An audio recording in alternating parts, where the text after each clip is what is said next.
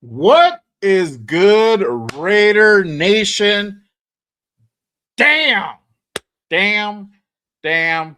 Oh, man, you know what we do.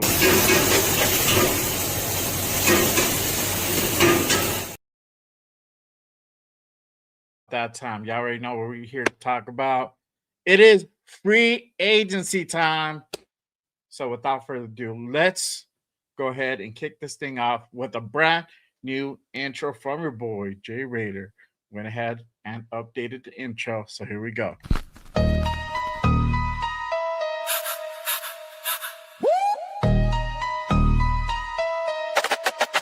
Jay Raider, the creator with the killer content, hot takes and the dopest, guest Raider Nation. From Oakland to LA to Vegas, nothing greater than the Raiders, only facts. Just Raiders. Stand up. Welcome to the channel. It's called Just Raiders, baby. If you ain't subscribed, then you gotta try. Just Raiders, baby, nothing but love for the Raiders. Been an OG before 93. Shout out to the nation, they always crazy. So nation, ride with me, taking over my style is amazing. Making hits like the B on the Blitz and Silver and Black on the attack. They on the map. Jay Raider, the creator with the killer content, hot takes and the dopest guest Raider Nation. From Oakland to LA to Vegas, nothing greater than the Raiders, only facts.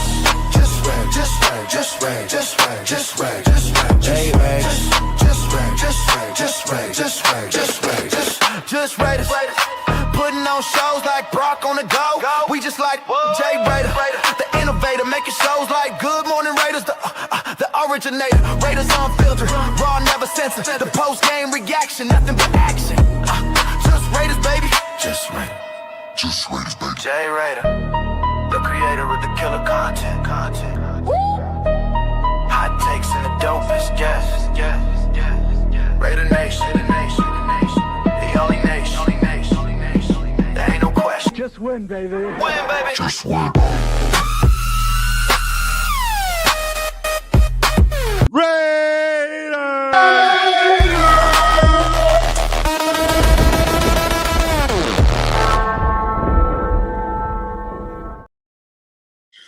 That was the new intro from your boy, Jay Raider, Just Raiders. Appreciate everyone pulling up and rocking with me on this Monday night for Free Agency Monday.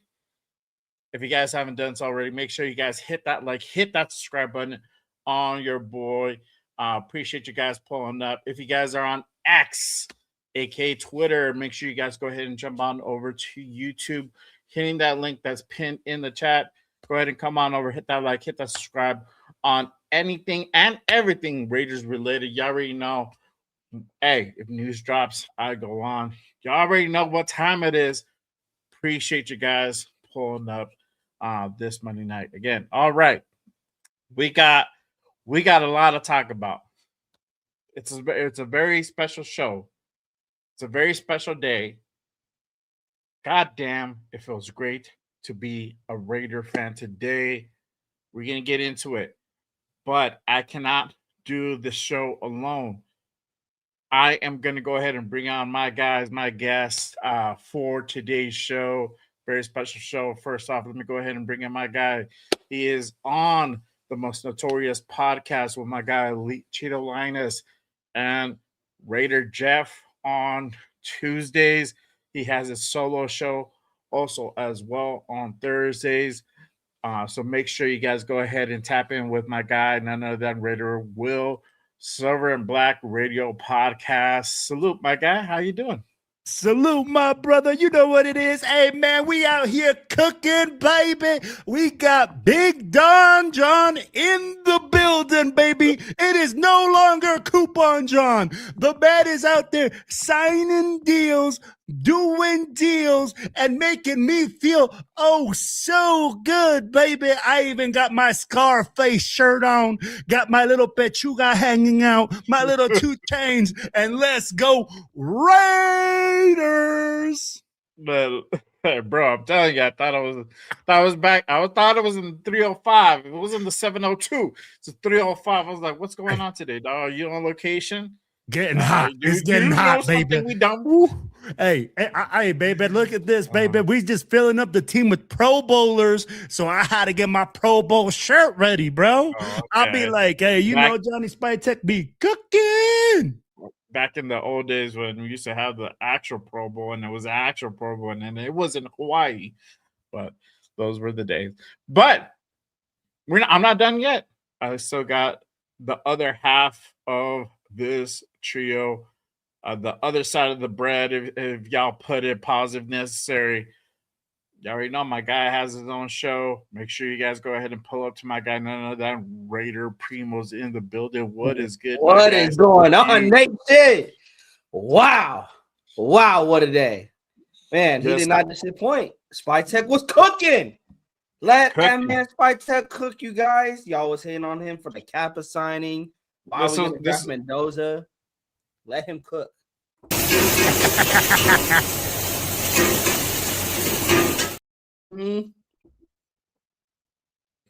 Yo, Jay, your mic. Oh, there you go. Okay, yeah. That was Spytek all day today. Oh, yes. That man looked like he worked in the back of the Chinese place, man, over there at Palazzo, bro. He's just like, you want to wash you with that? Okay.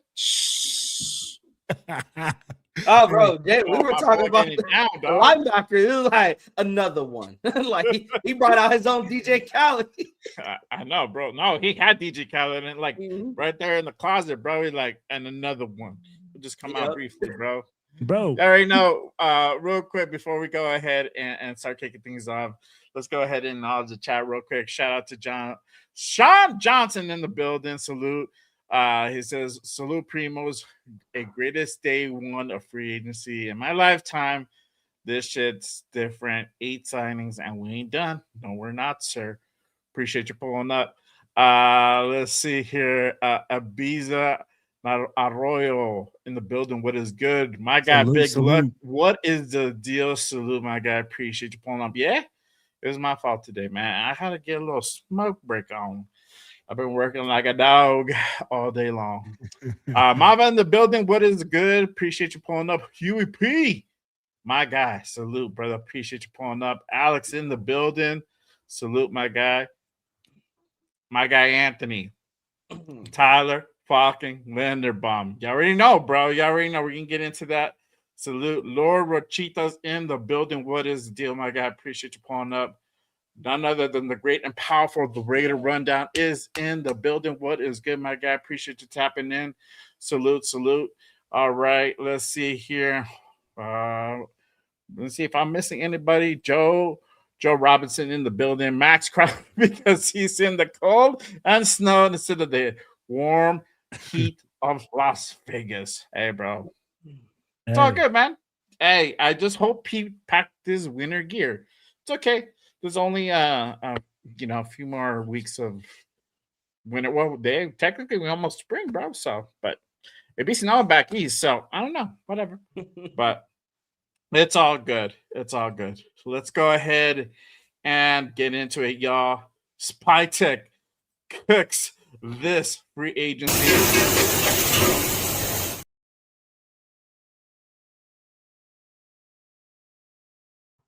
Your mic. All right. I don't know why it keeps getting stuck. It keeps getting it stuck for some reason. All right, there we go. But Spytek be cooking, bro. Spytek be cooking today. Raiders aggressive in this free agency, and this is something that we've talked about it before. We talked about it when we did a couple shows a few weeks ago. We talked, we said that Spytek needs to be aggressive in this free agency, and sure enough, the man did not fail us today. We're gonna go through all the acquires that we did today, and we're gonna go ahead and talk about it. You already know. All right, let's go ahead and kick this thing off. We're gonna start with the signing that most of us have been waiting for. They made it official today. Raiders have acquired Tyler Linderbaum, the center that we've been hoping for. go. The center that we've been waiting to hear from, we didn't know whether or not we were going to go ahead and get him. We sure did. There you go. Everything. That's not only killing, but honestly, when I heard this news come out, I was like, God damn, we fucking did it. We did it. Let's go ahead and go over the particulars.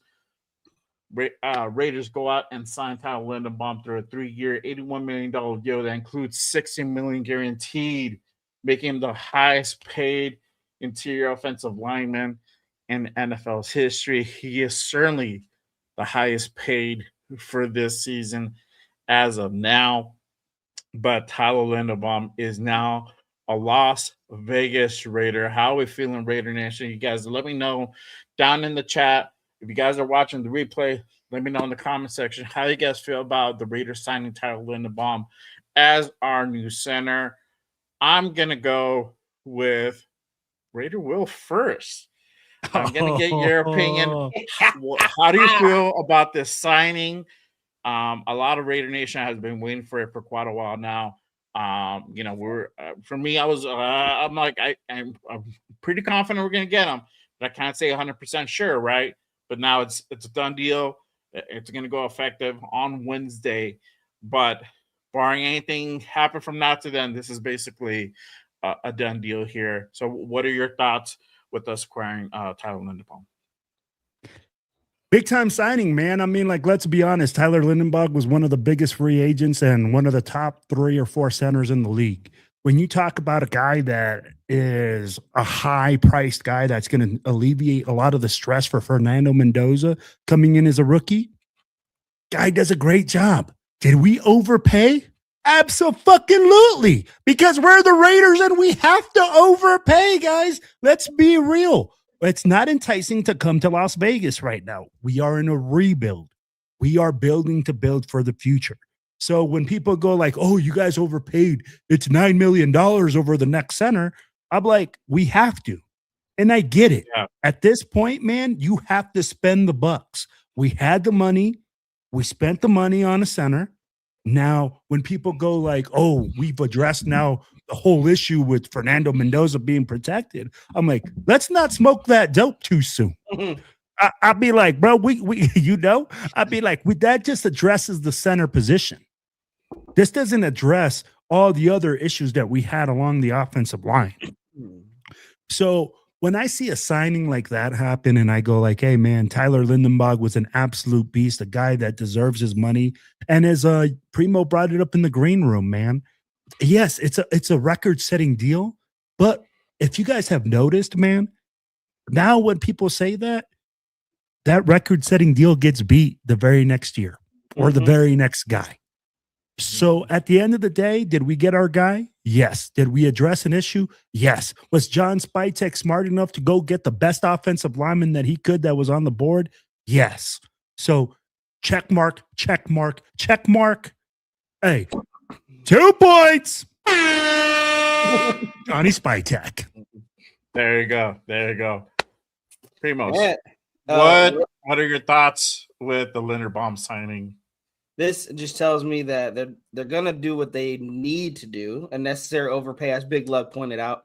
And it's necessary because of who you're going to pick at the first overall pick. I think the writing is on the wall that Fernando Mendoza is that pick. But like the Raider Will said, this move does not make the offensive line done. Like, I would still love for them to maybe bring in a Braden Smith. Do I see it happening? Maybe. I don't know how much money we have left over.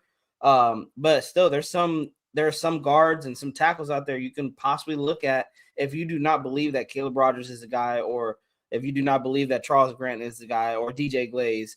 But I'm also not too worried about those guys possibly getting a shot. You have solidified that left side.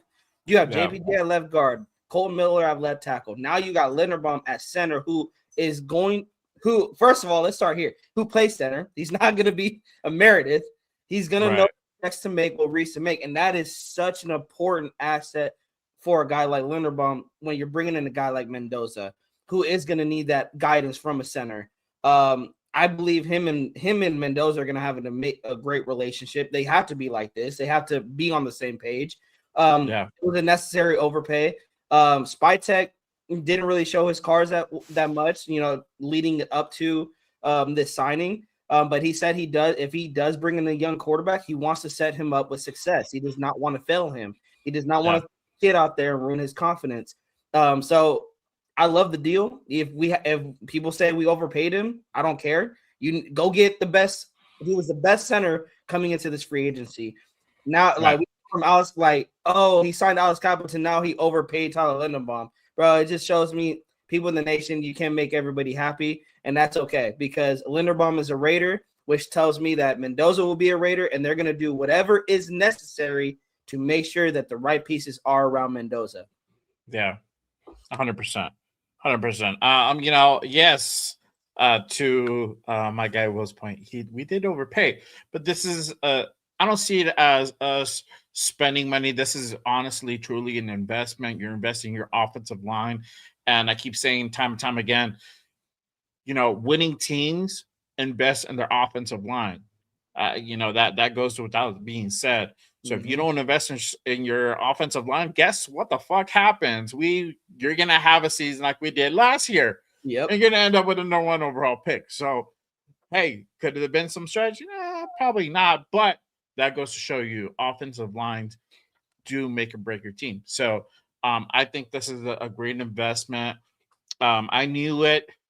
Kind of going into this thing. I've said it before. I'm like, you're going to kind of look at this team spend about $30 million or so. I think it comes out just shy of 30. I think it was like 27 per, right? Something like that. Yeah. So, with that being said, it's still north of 25. I think his going rate was anywhere between 22 and 23. 25 would have been over as it is. So they went the extra length of 27 just to make sure that we were able to go ahead and pick up the guy that we wanted through this whole offseason. And this goes to say, there's a big difference in between Tyler Linderbaum and JPJ. JPJ is a good center. Let's not get that wrong. But you have a guy who is a Pro Bowl caliber guy who's been doing it for much longer, who's a Remington winner as well. But there's a serious difference as far as him doing it for so long. It's repetitious. It's second nature to him. You need a guy who can, literally be a master at that position or close to it, which is Tyler Linderbaum. That's where you're acquiring the experience, you're acquiring that leadership, and something that kind of GPJ lacks a little bit in the center, but he is an amazing guard. And that's the thing. We drafted this guy as a guard originally. It just happens he got thrown in the mix as center, and he did pretty good at it. He was pretty good at it when his time came. But, again, there's just a big difference. So either way, this boosts up your offensive line, and most likely I wouldn't be surprised if we see JPJ on the left side in between Tyler Linderbaum and Colton Miller. That left side is gonna be sick, bro. You're gonna see literally walls open up, bro. You're gonna see lanes. Jay, we're talking about Mendoza, bro. We're not even talking about Genty. How Genty will benefit from this? Yes, that's what I'm ready for, is to see how this run game looks. Yes, and the crazy thing is, the other thing is that Linderbaum zone blocking is his specialty. That's what he's known for, So again, it's just going to go hand in hand to what we're going to go ahead and apply in this season coming up. Real quick, shout out to a few of my peeps in the building here. Shout out to the great and powerful Hug D's in the building. What is good, my guy? Appreciate you pulling up. So I feel like Hug always got to show off those biceps, bro. Like he's always got arms in his profile pic. The hero of the Raider Nation. Without him, we wouldn't have got rid of that. That's true. Of that thing. Flip everybody off now. If you want someone gone, just send Hug. Oh man. There you go. Alex says A+ hires. Yes, sir. Yes, sir. Shout out to my guy Leaky in the building, rocking that Spytek chef hat avatar. Georgia boys reunited. Yes, sir. Let's go. Shout out to my guy Raider Ryan, one of my members here at Just Raiders. He says Dean and Walker back together from college. They were both beasts at Georgia. Yes, sir. Yes, sir. Let's see here. Armando in the building. He says, I like it. There you go. Sean Johnson says, this reminds me of Rodney Hudson signing huge for that O-line. Yes, sir. Facts. Like he says, I don't care if he's overpaid or not. This is what we needed for a while. This is giving me Hudson 2016 vibes. Yes, sir. You're not wrong, bro. You're not wrong. And I've been saying that for the last like 3-4 years, or leaving longer. Every year I go, none, but without fail, I go to their Instagram, whatever they post, get a fucking offensive line, get somebody in the offensive line. And finally, it has happened. So I'm super pumped about it. Now, we can go on. We're gonna go ahead and talk about Tyler Linderbaum more in just a bit, but we still got more people to talk about, y'all. We ain't done. We ain't done. We ain't done. Let's go on to the next person. Raiders have gone out and acquired Jalen Naylor from the Vikings, a free agent from there, a wide receiver. He for this is a very interesting signing. He was with Minnesota, and obviously they have Justin Jefferson and Addison over there, and he's kind of been behind the scenes at wide receiver 3. So this is a very interesting pickup. Obviously the talent is there. So now you kind of beef up that wide receiver room with Naylor there. Let me go with you first, Primos. How do you feel about the signing? What do you think about it? And then how do you see it really kind of bolstering this wide receiver room? I'm gonna keep it a buck. I was like, who? But then I remembered I've seen him some Vikings games. I've seen Naylor come in now when Jefferson and Addison were going through their injuries, and Naylor kind of had a fill in. You've seen some glimpses of what Naylor could be, but because of the talent that is in front of him, he wasn't getting a lot of opportunities. I think this could be a Jacoby Myers type signing, where we bring in a high-end wide receiver 2, possibly. Again, Jalen Naylor has not given the opportunity to start as a wide receiver 2, starting in 17 games. That's why he's coming to the Raiders. He's going to get that opportunity to start on this offense. And it would not be surprising to if Clint had his hand in this signing. Who knows what Clint has some plans for Jalen Naylor. Is he going to be a JSN? I'm not expecting him to be, but I am expecting him to have a role in this offense and for Clint Kubiak to find ways to get Naylor the football. He's a speedster. He's young. I think we could say that about all these signings, that they're young football players. And with Naylor, he's a young football player that hasn't got a lot of action due to the talent that was in front of him. So it's not saying he doesn't have talent, you guys. His talent just has not been showcased in 17 games. He has not started in a full season. So I'm very interested to see how he plays out. But it's not something that I'm going to be like, oh, man, this is a great signing. I like it. I'm not in love with it because I have to see what he brings to the table come Sundays. Yeah, for sure. 100%. Will, what are your thoughts with the Naylor signing? Signing? Man, we found our number 1 wide receiver right now. That's what I think. I'd be like, honestly, I'm going to be real. It's an upgrade to the wide receiver room. If you guys look at it right now, tell me who's a starter besides him? Nobody. I'd be like, if you think about it, hey, man, he was a wide receiver that was overshadowed by the first 2 guys on his previous team. I'd be like, Jay Jefferson? Come on, baby. Fucking absolute beast. You got to be a dog to be in that room.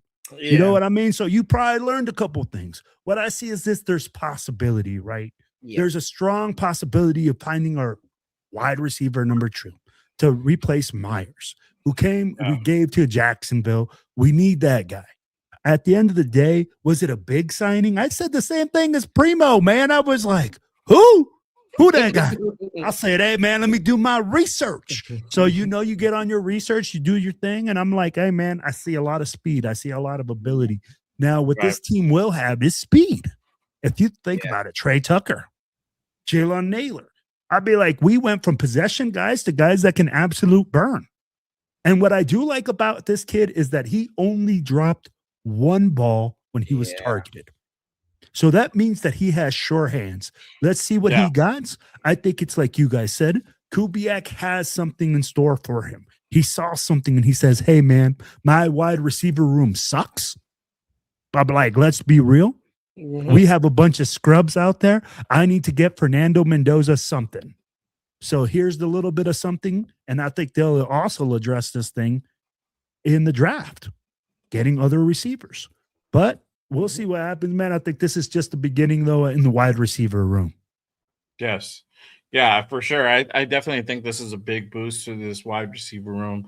Right now it really literally consisted of what Jack Best, Trey Tucker, and Dante Thornton. That's it. That's really it. You might have some of the practice squad guys in there. Bachman, I think technically is considered part of that room, but it as far as talent wise, not a whole lot there, right? We know what Trey Tucker can do. He's a field stretcher. That's not, he doesn't run routes like that. That's not really his forte a whole lot. Jack Besh, yet to be seen. We didn't see enough of Jack Besh to really confidently speak on what he can do. We think we have something there, but we don't know as of yet. Dr. Thorne, we know what he is. Same thing. He needs way more work. So with that being said, we really didn't have anybody outside of really Trey Tucker to really be a part of that wide receiver room. So Naylor is a big contribution. I still think we possibly could draft a wide receiver in this upcoming draft with a number 14 pick. We're going to talk about all that in just a bit too. But I think this is a solid signing either way. You can't go wrong. You need another presence there. You need another weapon there. Naylor presents that. I think the guy to go ahead and pair him up with to bring the best out of him is none other than Clint Kubiak. Let's just keep it simple. Let's keep it a beat. That's really what it is. So, I can't wait to see what he brings to the table. But yes, I'm pumped about this one. Real quick, shout out to my guy, Lunatic Raider in the building, Raiders Allegiance. He says it goes beyond filling the center position. It also trickles down to 2-guard spot by Linderbaum, making that spot better with JPJ and possibly Rodgers benefiting from it. 100%, my guy, 100%. And this offseason, this training, when they go to OTAs, mini camp, training camp, when all that starts, we're going to have some battles. We know not it's going to be at the center position so much, but the guard, that right side is going to be interesting. Who's going to go ahead and be the starting guard there? Possibly a tackle battle there between maybe GJ Glaze and Charles Grant. We don't know. We'll see what happens there. So very interesting on what's going to happen with this offensive line. You never know. We might have a few additions that come our way with this draft coming up literally in just over a month, where it's almost here right around the corner too. It's crazy. I was talking about it a couple of weeks ago. Free agency is right around the corner. You guys don't sleep on it. We got a lot of stuff that's coming up, and boom, it's already here, bro. It's already here. It's crazy, crazy work. So I'm excited to see what happens this draft coming up, but we still have more free agency to go. This is just basically the first day of tampering. Literally, free agency kicks off on Wednesday 4 p.m. Eastern, so that's 1 p.m. Pacific for everybody out in the West Coast. For me and my guy Will, that is 2 p.m. at my time. So but yeah, so we might this. I don't think this is gonna be the end of it. I think you never know. We might have some more splashes that could possibly come along down the pipeline. Tonight, even I don't know. I haven't seen anything. I'm looking now. I haven't really seen anything for anybody that has posted anything in regards to us acquiring anybody new out there. We're going to talk about who could we potentially still continue to go ahead and target out there. So we'll go ahead and get into it in just a bit as well. Let's go ahead and move on to the next signing. All right. So Raiders go ahead and sign Ed. Damn, I had his name. I said his name like 20 times. Kwity Paye. Kwity Paye. Kwity Paye. Yeah, Kwity Paye from the Colts. So Raiders signed an edge to go ahead and not replace Max Crosby, but to go ahead and start filling that edge spot back up. How do you guys? What are you guys feeling about this signing? What do you guys think about Kwity Paye coming on to the Raiders? We know that the Colts have a really good defense, and so I think this is a really, really good, solid signing by the Raiders, going out and getting another edge out there as well. I'll go back to you, Primos. How do you feel about the signing for Paye? I believe this is just getting another body in that room. I mean, look who we let go, earlier in the week. We need to get as many bodies as we can in the edge room. Now, what's interesting to me is he's coming from a 4-3 into a 3-4. So I'm wondering what the plans are for him. If he's going to stay at that edge spot and really just be a run stopper at the edge spot. He did have a season of 8 sacks and back-to-back years in 2023 and 2024, but then he had a decline of 4 sacks this past season. Hoping he's not trending to a decline. But I'm looking, when we're bringing edges here, I'm hoping we can get somewhere both out of Paye. If we can get a pass rush and a run stopper. Again, I know people are like, well, we had that with Max Crosby. Well, I'm not expecting him to be a Max Crosby. I just need him to be serviceable and getting after the quarterback and not allowing any gaps in the run game. I like it. Again, we need an edge. You're not going to just rely on young guys in the draft in your edge room. He's a veteran. But like I said, going from a 4-3 to a 3-4, I'm really interested on see how he performs with Rob Leonard. And this is a test for Rob Leonard. Can he get the best out of Paye? Going defensive line it should be his specialty, right? He's a former defensive line coach. He's the defensive coordinator now. I love this because I want questions to be answered, and that's one of the questions about Rob Leonard for me. What is this defense going to look like? Can he get the best out of this defense? And this is one of the names that I'm definitely going to keep an eye on to see how does he perform under Rob Leonard. Yeah, for sure. Well, what are your thoughts with Raiders bringing on Paye? Bro,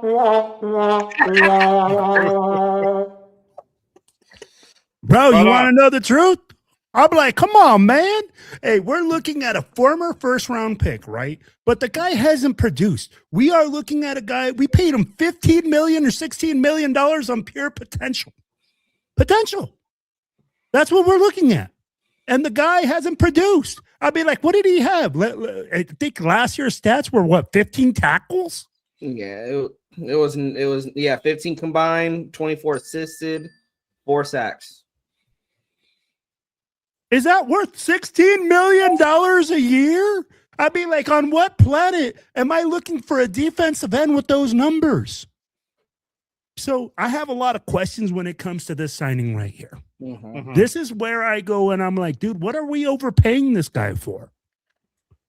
Like, literally, like, hey, I can see that you said, oh, well, maybe he can be really good because he was a former first rounder.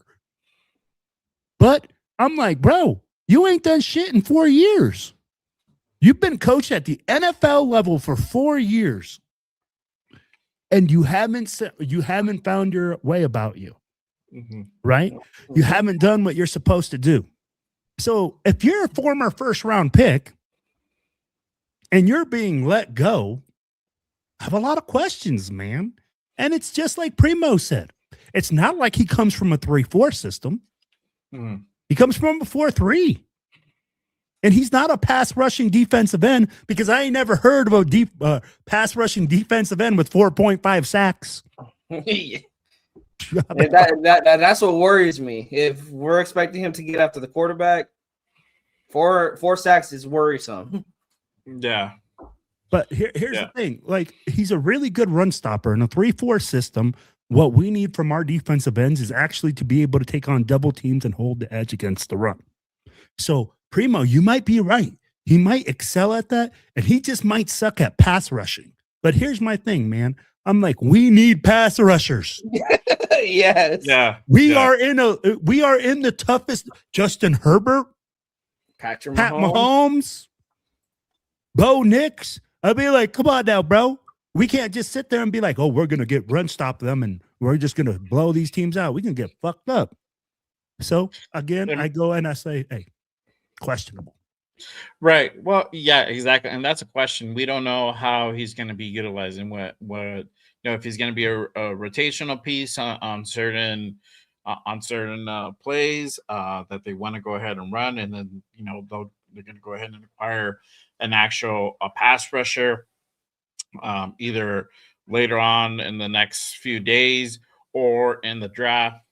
That could potentially still happen. There's some good edge rushers that are coming on in this class as well. So it's not super deep, but you could definitely go ahead and pick up some quality and probably the first 4 rounds, right? So that is a question, but we still do need an edge rusher either way. Like that's what I'm saying. And this is my thing, because if Spytek didn't do this move, we're gonna be a little thin in that room, right? Especially now that we don't have Max there. We knew with Max, he's gonna be there consistently almost every snap, 98% of the snaps, 99% of the snaps, he's gonna be on there, right? Now we don't have that anymore. So now Bobby Leonard's got to think about that position a little bit differently now, right? I know that maybe with Max, he didn't fit that 3-4 system all too well, but you still got Max Crosby's consistency on there. So that's the thing that you also want to kind of go ahead and not only kind of try to mirror that. Not, you can't replace that. And that's the thing. It's hard to replace a guy like Max Crosby. Can you? You probably could. But it would probably take you a while, and you would have to go through a lot of dudes until you find your guy that can be as effective or near as effective as him. But you're trying to go ahead and get some talent or get some quality guys in that room for sure. So obviously there's still more free agency to be had, and obviously again the draft is literally right around the corner. Let me go ahead and take some comments again. Appreciate you guys pulling up and rocking with us on this Monday night. If you guys haven't done so, make sure you guys hit the like, hit the subscribe on all the channels you see here. My guy over there too, right? Raider Primos in the building to my left. Raider Will. Appreciate you guys pulling up Silver and Black Radio Podcast for him. Obviously for me, just Raiders, baby. Make sure you guys go ahead and hit that like, hit the subscribe. It really does go ahead and help support the shows for sure. All right, let me go ahead and take a few comments, and we're going to go on to the next one in just a second as well. Again, let's see here. I went too far back. All right, here we go. All right. He said, shout out to Raider Scorpio. He says, what's next for the Raiders? What do you guys think will be next? The next move for the Raiders? Honestly, bro, we still need some help on the defense. We are getting there, but we can use either another edge, obviously defensive line, nose tackle. We're in that market. We could potentially go out and upgrade certain positions in this offensive line, probably more notably that right tackle position. Will they or will they not go ahead and do that. That is yet to be seen. But for sure, we needed some much needed help in that linebacker room, and we went ahead and just addressed that for sure. So we'll see what happens. I don't think they're done yet.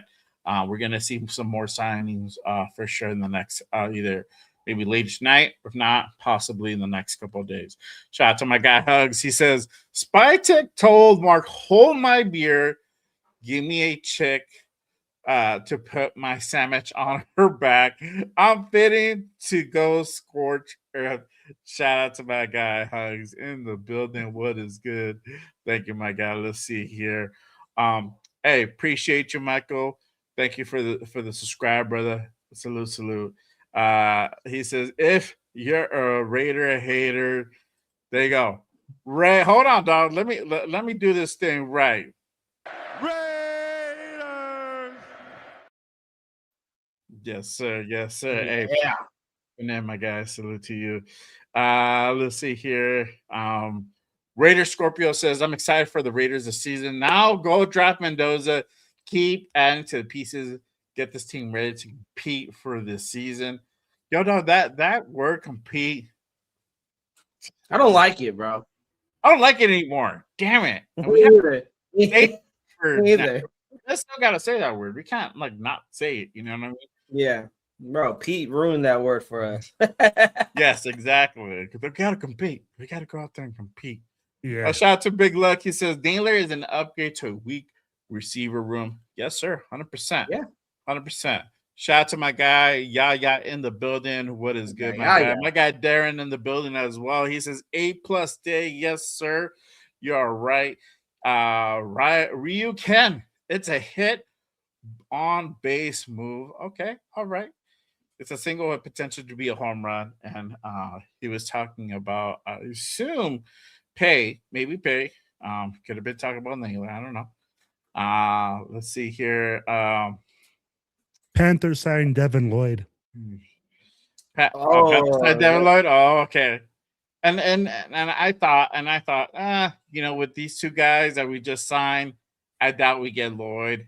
And now we know that now Devin Lloyd is going to go to the Panthers. So, hey, it is what it is. It's all good. Let's see here.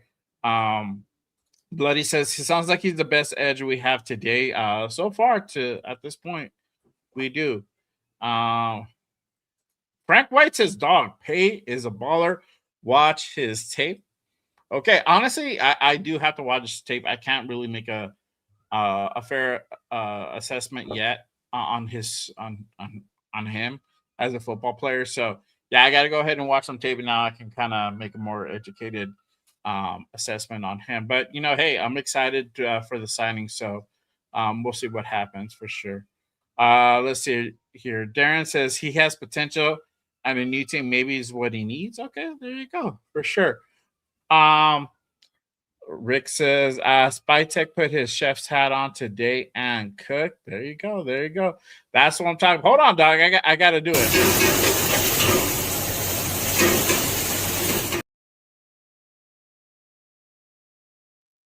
Hey, appreciate you, my guy. Let's see here. Shout out to my guy Troy Gill. He says, good evening, gentlemen. What a day. Yes, sir. What a day.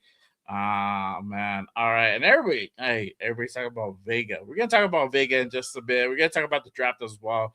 So don't go anywhere. Make sure, again, hit that like, hit that subscribe on your boy. All right. Let's go on to the next one here.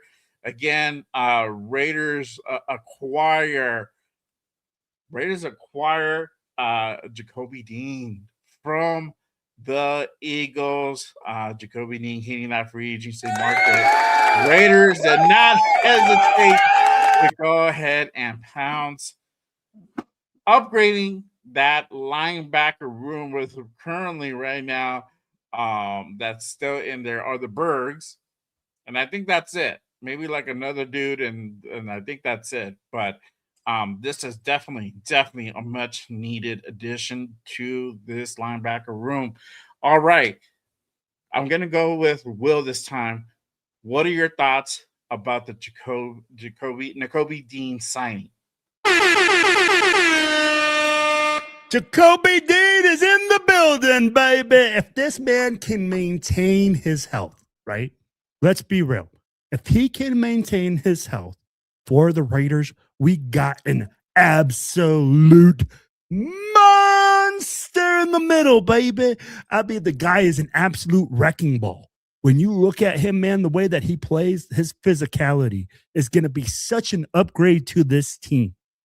I'll be like, especially for this year. The way that we played linebacker this year, hey, man, it was like, you get a first down. You get a first down. I'll miss a tackle. You miss a tackle. Hey, man, this year, I don't really see that happening with our linebacking crew. I see that these guys are going to be, hold on a second. These guys are going to be strong. We're going to be physical. I'll be like, we are bringing that SEC football mentality to the game. But again, great signing, top 35 free agent. A guy that can come out there and absolutely stomp a mud hole in your running back. A guy that can take on a block and do everything that is required of the position in a 3-4 defense. Yeah. So when I look at Jacoby Dean, I see, hey, man, I'm excited. I couldn't ask for a better linebacker, but again, I question his ability to stay healthy. Those are my only things with him, is his ability to stay healthy for a full schedule. Mm-hmm, mm-hmm. Well, you know what? This is the thing, and you just don't know, right? Could he get re-injured? Yes, possibly. But we also said that about Eric Stokes. This was, at least for me, a concern last year going into the season about getting a guy like Eric Stokes, and he stayed healthy and he played really, really solid. We're going to talk about Eric Stokes in just a bit too, but I think with this one, you have to go ahead and take a flyer on this guy. To go ahead and really help bolster up that linebacker room. Again, I don't think we're going to make it with just having the Bergs back there and, maybe keeping one other guy. Like we the people said, Devin White with Dean. That's if we even keep Devin White. Yeah. I don't see him sticking around. But, yeah, I think I like the signing. I think this is a really good signing. I get the concerns, but I think we'll be good. I don't think this is the end of it with Nakobe Dean. I still think that we're going to go ahead and get a lot more guys coming into that linebacker room. It's going to be a really, really solid linebacker room, especially this 3-4 for sure. For sure. Primos, what do you think about the Dean signing? Me and Will are on the same page of the injury concerns, but I'm going to bring up, just to try to ease the nation. I'm not trying to sell you guys on him. I'm just trying to ease you guys. Yes, it's an injury concern because he dealt with the Liz Frank foot injury in 2023, which caused him to only miss. I believe he missed most of the season. He only played in 5 games that year. And then in the 2024-2025 postseason, he suffered a patellar tendon tear in the wild card round in 2025. And then the 2025 season, he missed the first 5 games due to a previous knee injury. And then he sat out week 17 and 18 with a hamstring injury. But he's 25 years old, guys, and Spytek is only paying him $12 million average. The deal works good. Like, you're not paying him a lot of money, and outside of the injury concerns, it's not like he's a bad football player. So I agree with Will. If he can stay healthy and he could be like that Eric Stokes of this year, where not only is he healthy, but he's actually playing some really good football. And Will, you hit it on the button. Physicality, though. Like when I turn on the tape for Nakobe Dean, he makes you feel his tackles. Like if I'm a running back, I'm questioning if I want to run up the middle, bro. Like if I see 17 out there about to line me up, I'm gonna take a seat, bro. Like so one thing I see so far from these signings is physical. Like Spytek, Rob Leonard, they want to build a physical defense. That's what I'm getting out of it. Just by the Dean signing, and then of course we'll get on to the other signings. They want to be a physical defense. Not just tackling well, but making you feel this Raiders defense. Yeah. And I like that, bro. I mean, I'm all about. I want our defense to be physical. I want our defense to be in your face. I want them to be that that scary fucking defense that dudes are gonna fucking think twice about, you know. And hey, we take a few penalties here and there. It's okay, bro. Like sometimes it's worth it, dog. Sometimes certain penalties are worth it to be like, you know what, we're here, bro. We're gonna fuck your shit up. Like you gotta think twice. Yeah. And we learned that. And I think we all grew up. If we all grew up playing sports, mental. Whether it's baseball, basketball, football. What's up, if you can win in the mental game, you already won the game. Yeah, exactly. 100%.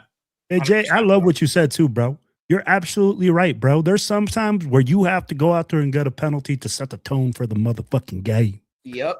And I'd be like, as a defensive coordinator, man, I've done that before where I go to my guy and I'm like, look, man, I understand you might get a penalty, but I need you to set the fucking tone right fucking now. Yeah. And I mean, like, you know, the physicality and what it's going to bring. Now, again, that's what I'm saying with the physical player, with the guy that brings that type of physicality. Primo, we both said it. You need to be available. Availability is the biggest thing that you have to have when you're a physical player. Because if you're not available, you ain't physical. Yeah. Yeah. And I'm hoping he'll be healthy. I'm hoping he'll be healthy, man. You got to just be smart with the penalty that you'll take. Hey, one is okay. I wouldn't mind. Don't get excessive now. Yeah. Hey, again, you just gotta just say tone a little bit. It's all right. It's all right. They're gonna call a 15-yard penalty for you breathing on Mahomes, man. Just it doesn't hurt to slam him on the back a little bit. You don't have to fuck these. You don't have to like kill these guys. Just little face mask to let them know you're there. You know, just 15, like look, bro, I'm gonna fuck your shit up, dog. Hey, I don't know about 15. I may want to kill 15. on that, Primo, like, what's the difference, bro? If I'm gonna get 15 for breathing on you, I might as well fucking bring the hammer out and fucking tear your fucking head off. Get 15. Bro, I don't know if y'all. You don't want to get injected either, bro. Him basically trying to line that corner up, and that corner, like of Mahomes baiting that corner, and then he just lined that corner up and trucked him. I'm like, see, I don't like that, bro, because you're trying to take advantage of the rules. I'm like, no, if I'm gonna get penalized, to Will said, I'm gonna F you up. Yeah, stand on business, bro. It's okay, bro. You can cuss on the show. It's a filter show. It's unfiltered. I forgot. It's unfiltered. You can say. I'm so used to the family shows, bro. Right. I mean, you know, we're getting, you know, later in the night, so it's okay. Yeah. It's sort of like, you know, it's an unfiltered show. So hey, it should be a sleep. Parental warning. Parental warning, y'all. But let me give you the particulars on the Dean deal. It's a 3-year, $36 million deal. 20 guaranteed. So there you have it. I think it's a good sign. A good investment again for that linebacker room. And we're probably going to go ahead and fill that up with some more talent coming up, either in this free agency and or the draft. And I'm not surprised that they're going to go aggressive in the draft as well. And we're going to talk about that in just a bit. Let's go to the next one here. Let's see here. Come on. It doesn't want to pull up. Damn. Hold on. All right. There we go. All right. So Raiders go ahead and sign Packers linebacker Quay Walker to the Raiders on a 3-year, $40.5 million deal, $28 million guaranteed per Adam Schefter earlier today. When I saw him hit free agency, I was like, oh my God, let there be a moment where we go ahead and fuck around and get this dude. And sure enough, we went ahead and did exactly that today. Man, oh man, this is a really, really solid move. I'm very happy about this. I would go out and get Quay Walker to go ahead and add to that linebacker room. Again, like Primo said, we're just getting to that big physical defense. I like it. I'm liking what Robbie Leonard is trying to go ahead and implement here, especially in that linebacker room. It's going to go ahead. Trust me, y'all are going to see it. Yes, it looks like we're going to be more like really run stoppers, but don't be surprised. I'm pretty sure Robbie's going to have some shit up his sleeve. And again, running that 3-4, we're going to have different looks, different schemes that are going to be dialed up. on the defensive side of the ball. But Primos, what is your take on the Quay Walker signing? Almost the same. It's almost the same as the Nakobe Dean's deal. A little bit, cheaper than him. Same age. Quay will be 26, I think, in 2 months. He did have a down year, at least when it came to coverage. So I think that's why a lot of people are saying it looks like we're going to be a run stopper because he did have high tackle totals. But coming from PFF, it was generally disappointing for him. He had a 48.5 overall grade, ranked 74th amongst 88 linebackers, a 44.9 coverage grade. He did have a 54.5 run defense grade. But again, he's teaming up with this guy, Nakobe Dean, from their days in Georgia. He is physical. Turning the tape on, another guy that's physical. Like another guy that when it comes to stopping the run, he's going to make you feel him. And what I love from Dean and Walker, when you do turn on that film, they attack the football. Now, I know he had a disappointing year. Hold on, Primo. I'm gonna stop you there real quick. Hold on. Yay. It's not super exciting news, but I still got to go ahead and put it up there. Raiders go ahead and acquire a new kicker, Matt Gay, per Tom Pelissero. This just broke probably a few minutes ago. Raiders are moving. It looks like they're moving on from Daniel Carlson. They go out and sign veteran kicker Matt Gay. He was with the Commanders last year. So crazy move. Not really the whole like breaking news that I was kind of hoping for. We signed a new kicker, but hey, we to be honest with you guys, we kind of suspect that this could probably happen. There were questions in regards to Daniel Carlson's consistency in making field goals, especially last season where some games could have been won if certain field goals were made. How are you guys feeling about this? Literally just dropped. I'll start with you, Bill. Or go ahead, wants to go first. Sorry. Well, go ahead, Primo. Primo, go ahead, baby. Go ahead, Primo. His missed field goals came at bad times. It's not even just the fact that he missed field goals; they were coming at the most possibly the worst time ever. And this doesn't even just date to last season. This has been a trend for Carlson's career that when he's on, he's on. He can make them, but when he is off, you don't know whether it's a PAT or a 50-yarder. Is he going to make it or is he going to miss it? And he could bang in a 58-yarder and then a 27-yarder, he'll miss it. I think Spytek seen that the writing's on the wall and special teams is important. Every point is going to matter. Your kicker matters. Is Matt Gay an upgrade? I mean, I don't know. I don't know if he's an upgrade, but I don't know if he's good or not. I'm gonna have to do some research on that to see how his field goal percentage was in the past few years. But yeah, I'm not surprised that they're gonna move on from Carlson. We're thinking about potentially building a playoff team here. It shows me that Spytek knows that special teams is an important third. It often gets overlooked because people think about offense and defense. But special teams matters. And I do believe last year showed Spytek how much we needed a kicker because, again, Carlson was just too inconsistent. And I believe Spytek, he's like, I'm not going to take a chance on that. I'm going to see what Matt Gay has. Matt Gay was with the Rams when they won a Super Bowl. If he's consistent and he makes more than he misses, and, again, not coming at bad times, because, like, Carlson's misses, like, it will suck the energy. Like just when you think the Raiders got the momentum, Carlson will just rip that out with the missed PAT. And like you said, there was games that we possibly could have won had he not missed a field goal or missed a PAT.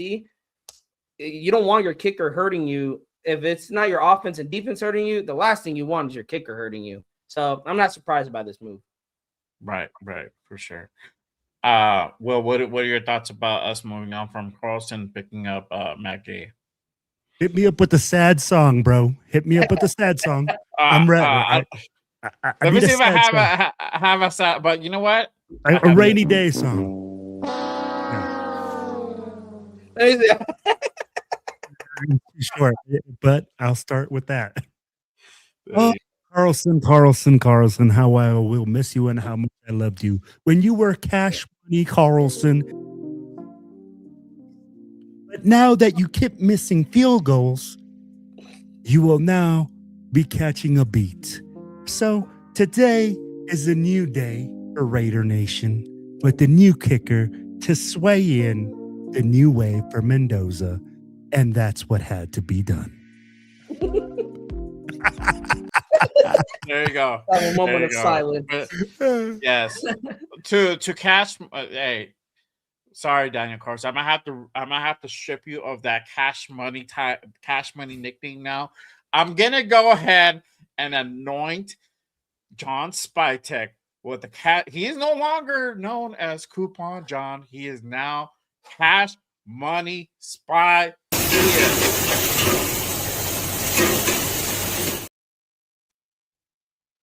There you go. Cash Money Spy. Cash Money Spy. Big Don John. Cash Money Spy. We got it all, baby.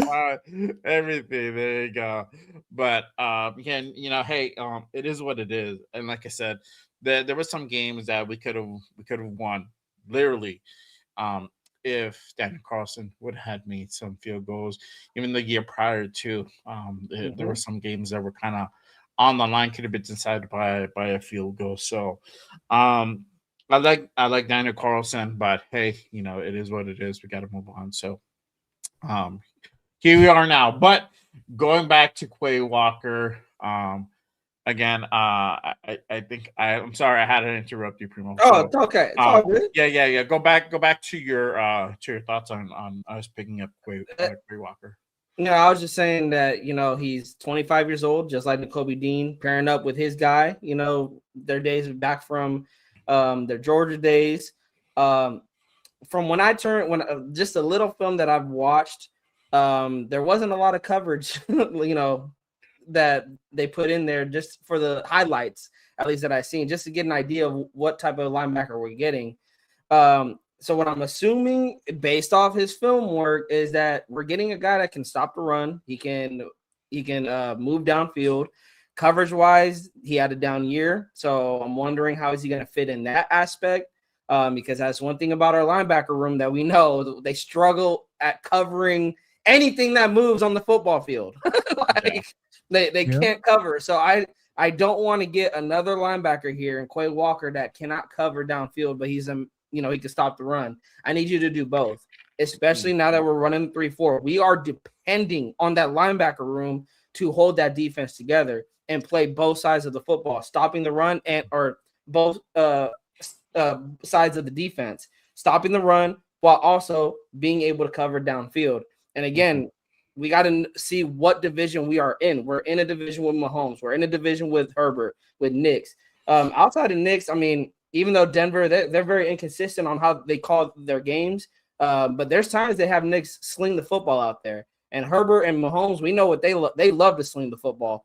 And where do they love to attack? In the middle of the football field. And that's been really I know PG is not here, but the unit that's getting hurt out there is the linebacker room. So hopefully Quay Walker, he doesn't bring his last season into this season, and again, different regime.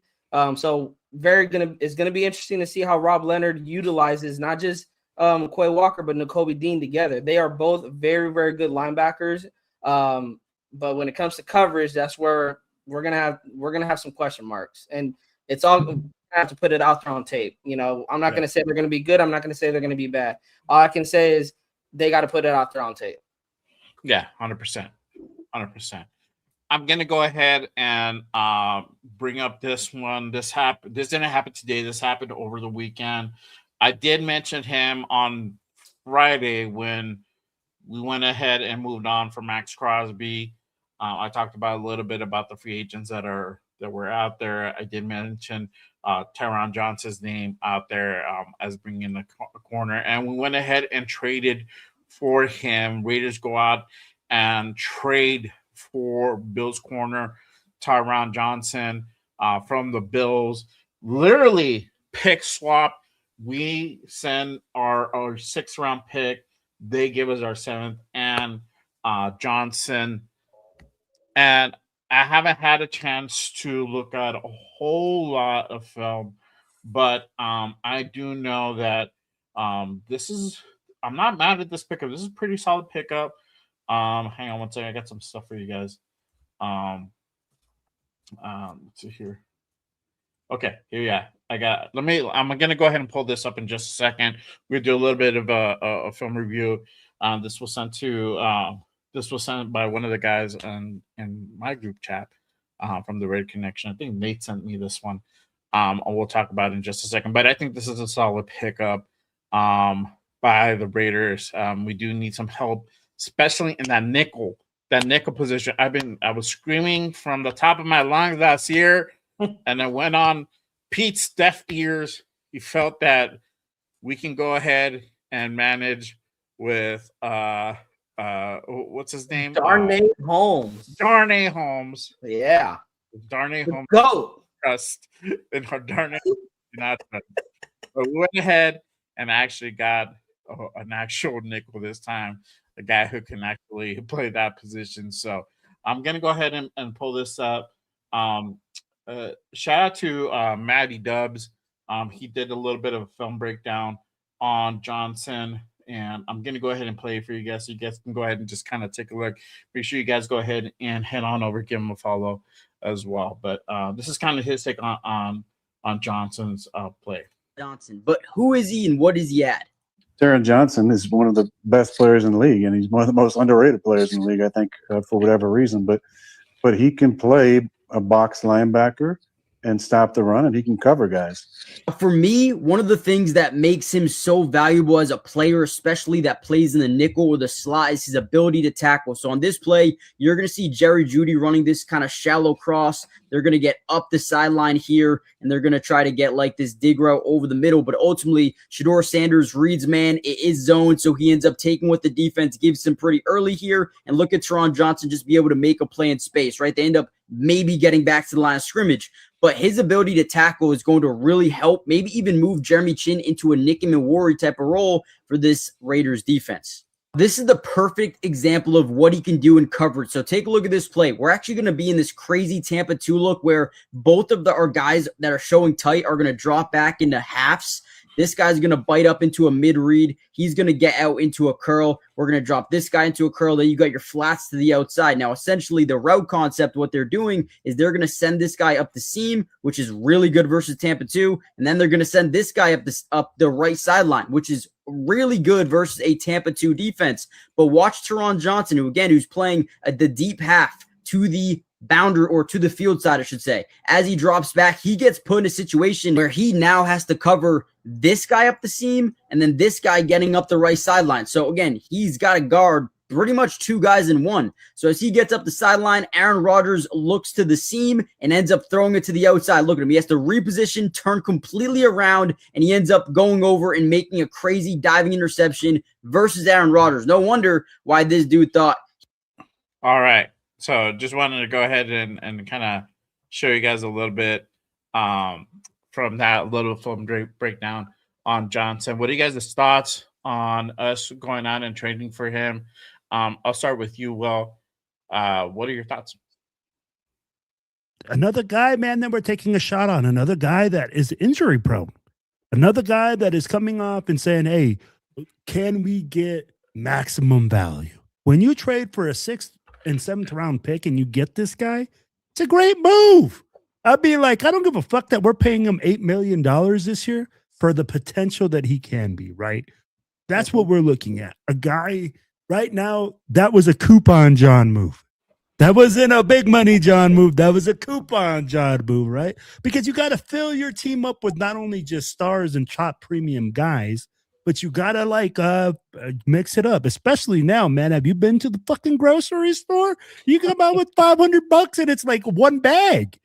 You come out with one bag now. Gotta mix it up. So, Johnny Spytek said, hey, man, I got money, but this guy, I can get maximum value trading a 6 for a 7. I'm only going to give him $8 million this year. He has great versatility. And if he stays healthy, it's another win. Now my question is, what do you do with Jeremy Chin? Jeremy Chin last year, they said the same things about him.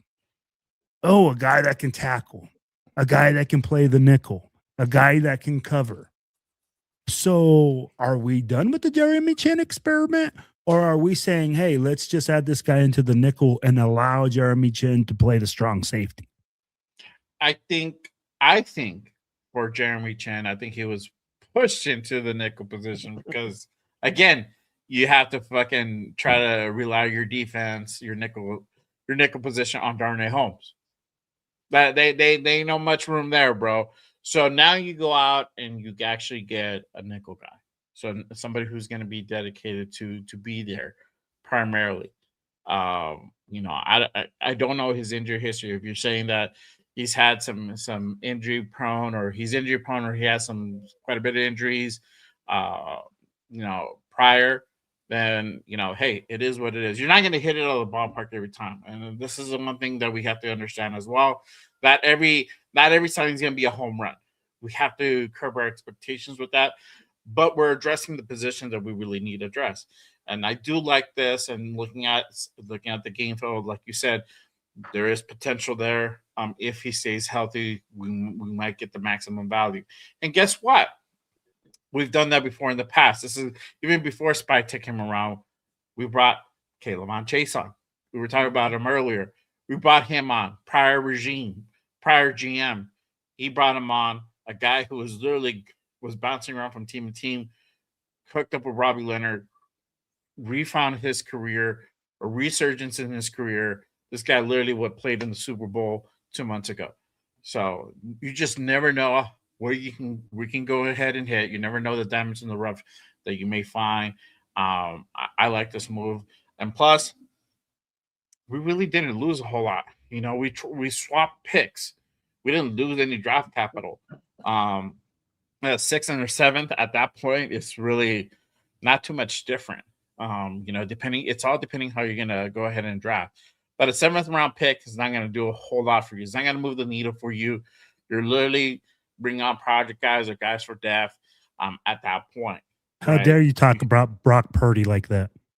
How dare you? What has he done for the Niners lately? My sister heard me say that shit. She'd be like, "Fuck you." But Primos, how do you feel about the Johnson? I think the only thing that concerns me is those injuries. And when we're talking about injuries, I actually got it up. It's not lengthy like Nicole, I think it was Nakobe Dean that I brought up. It's just been in recent memory. He's missed 4 games in 2019 with a hamstring, 4 games in 2024 with a forearm, and 3 to 4 games in 2025 with a groin.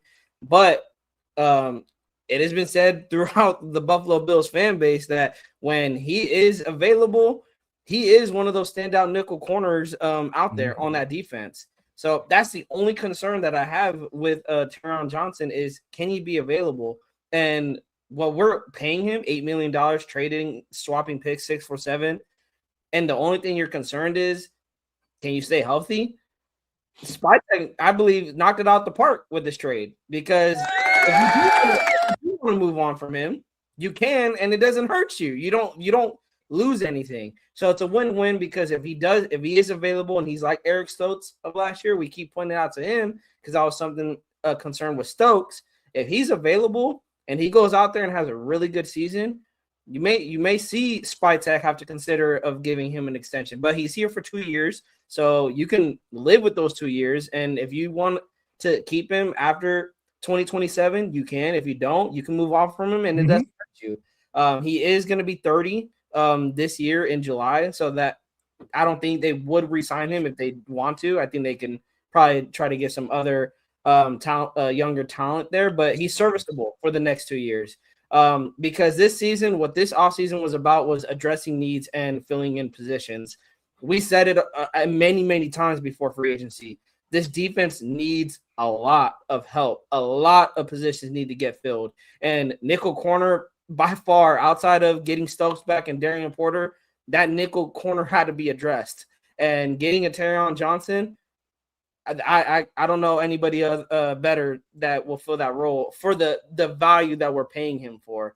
And so I think this is a home run for Spytek and company. I like the move. It's a win-win situation for the Raiders.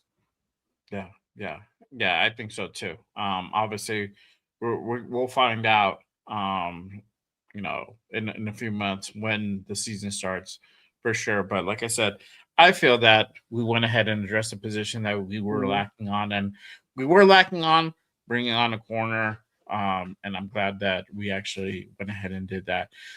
We're going to go ahead and continue on. We have more stuff to go ahead and talk about.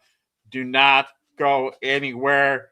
Again, appreciate you guys pulling up. We have almost 100 in the building. Again, if you guys haven't done so already, make sure you guys hit that like, hit that subscribe on all the channels you see here. Again, to my left, Southern Black Radio Podcast, my guy Raider Will. To my right, Raider Primos. Hit that like, hit that subscribe, all my fellas over here. Appreciate you guys tapping in on this free agency Monday special edition of Raiders Unfiltered. All right. Let me go ahead and continue on here.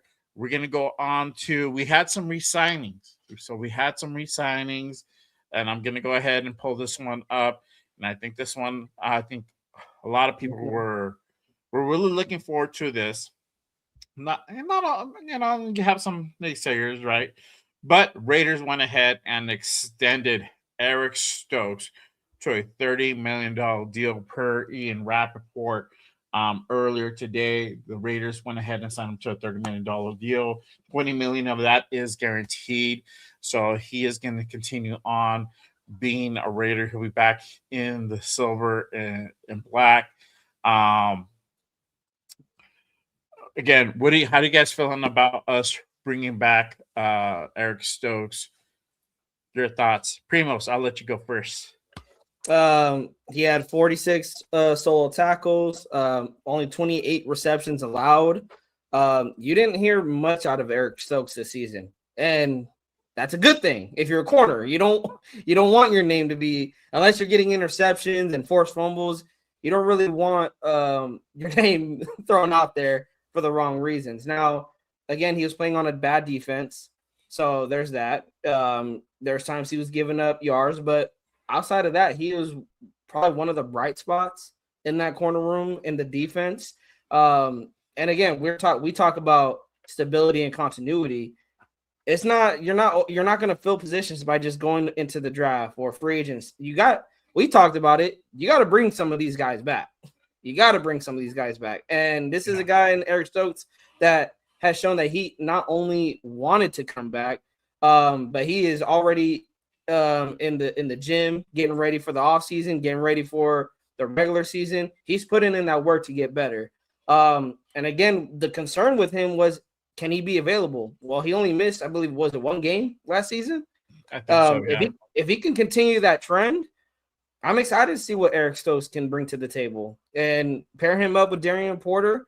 I think you would have a nice cornerback room there. But again, we talk about availability. I think that is the theme of this offseason is we're getting a lot of guys that, can you guys be available to us come week one, come the entire regular season? 100% agree. Well, what are your thoughts about us bringing back Eric Stokes? Yeah. Wow, you've been like really cool. like melancholy today, bro. I mean, like, it's cool. I mean, like, yo, calm down, Leo. No. Hey, let's be real. Hey, are you just on the Walker thing? I'll tell you like this, man. On the Walker thing, because I didn't get a chance though.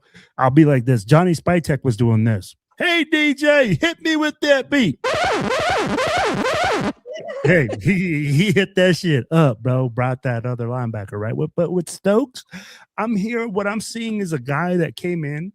He did his job. He was efficient, but it doesn't really like wow me, you know? It doesn't really bring me to say, oh, man, that guy's a number one corner. He's going to shut down everyone. bro, it's an efficient guy that came in here. He did his job. He did what Johnny Spytek wanted him to do, and now he's receiving his dues. But on any other defense, is he a number one corner? On like you think about it, he's not. Are you? What do you think he could be expecting Darian Porter to possibly take that next step? But that's a lot to ask too. So yeah, and that's where I go and I say, all right, we got a corner, which in my opinion, we got a solid corner. I don't think my corners should be super. I mean, that'd be great. No, but I'd be like, right now at this point, I'll take some dude who's solid, who I know can go ahead. He's a number 2 in my opinion, bro. He's a number 2 corner, but he can get the job done, and I'm good with that. Do I think they're done? I don't think they're done. But I'm bringing back a familiar face. I am comfortable with. Yeah, I'm okay. I'm okay with that. But like I said, I'm just not wowed by it, Jay. It's like this, man. Hey, bro. I'm just saying. I forgot. I'm talking to the Scarface, the man himself. He needs to be whatever. I need to be wowed, homie. I need to be wooed. I mean, like, hey, when you bring the Kobe Dean, I mean, like, you was wooing me. You know, I mean, like, but at the same time, hey, Jay, I'm just gonna tell you like this. If I go out there and I see Stokes lined up over the number 1 receiver, I'm concerned. I'm like, if I see him lined up over the number 2, that means we solved that problem at corner. We need that. You might have some help, dog. You never know. They might run some shit. Hey, Papi. Look. Hey, Papi. Hey, Papi. Hey, Papi. Look at here. You're talking to Tony, okay? We need that killer defense, okay? We need that guy. You put him out there on the island, and he go out there, and I say, take care of business, and he take care of business, Bato. Hey, Chico. All right? You know, you're talking to the guy, Professor Will, okay? I was playing ball with your and your mama's Teddy, okay? I was playing ball, boy. Hey, I was playing ball, boy, when you was in your daddy's nutsack.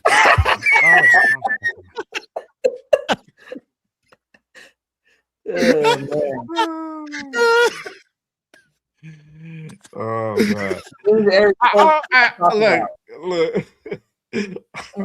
Oh man! Well, also it is. I'm cool with it. I'm 100% cool with it. I'm glad they brought him back. I definitely want to go ahead and can't wait to see him what he does in year 2, for sure. So, but Eric Stokes coming back for sure. I think it's a win. I think it's a win. Now, I want to. Hey, look, I know you got to run, Primos. No, you're good. I want to move to this one, dog. All right, and because we were talking about it in our group chat. We talked about it a little bit backstage before we went on, and I want to go ahead and bring it up to everybody because I also want to get everybody's opinion on it. Everybody in the chat again. You guys let us know what you guys think about all these signings, about the Eric Stokes being re-signed back to the Raiders. Let us know in the chat. If you guys are hitting us up back on the replay, let us know in the comment section of our channels. What do you guys think about all these signs, the re-sign of Eric Stokes? But I'm going to go ahead and put this one up as well. Raiders re-sign edge Malcolm Kuntz again to another 1-year deal, $11 million. Again, Malcolm Kuntz, still a Raider. I said this, hey, this could happen. We can potentially bring back Malcolm Kuntz, and if it does, with Max Crosby gone, I am not mad about it. Am I ecstatic about it? No, I'm not. And this is a thing that I want to go ahead and open this conversation on. The price tag. And I had some conversations or debates about it, whatever you want to call it. The price tag. For me, I feel that this is a little bit of an overpay. I feel that his production value is not worth $11 million. I feel to me it's under $10 million mark. I said this on, I don't know if I said this on Friday, but I said this last week or prior shows. If we bring back Malcolm Kuntz, it has to be under a $10 million contract, anywhere in between there. for me is cool. I'm good with that. They went over 11, whatever, a million to million, okay. But nonetheless, it just represents the type of play that he's done. But I get it. Again, you know, Max Crosby does leave a void. So now it's us trying to go ahead and really shore up that edge room. I'll go with Primos because I know he has to run. How do you feel about Malcolm Kuntz coming back as a Raider? So the signing, love it, because just like what we said about Kwity Paye, we need bodies at the edge room. Now that Max Crosby is gone, you need to fill up that edge room with as many bodies as you can. And we talked about that you need you're gonna re-sign some of your guys. Now, the price tag, $11 million. I was looking at bringing Kuntz back 7, maybe 8 mil because of the production that he had last season. And yeah, you can blame it on the coaching staff, but this is a guy that, let's not forget, at one point had 8 sacks in 9 games in 2023 before his knee injury. Now, is it him because he's trying to recover from this knee injury? Who knows? But all I'm saying is he has not proved. You already paid him what, $12 million the first time? He didn't live up to that $12 million. And now, yeah, it's a $1 million short, but still, he hasn't earned $11 million. Like, he needs to go out there and earn that price tag. And $11 million, even though I know some people have said it's a cheap deal comparing to all the edge rushers in the NFL, I'm looking at it. Most guys haven't even got paid yet. Trayvon Walker, Will Anderson Jr., that are making under what Malcolm Kuntz will earn this year.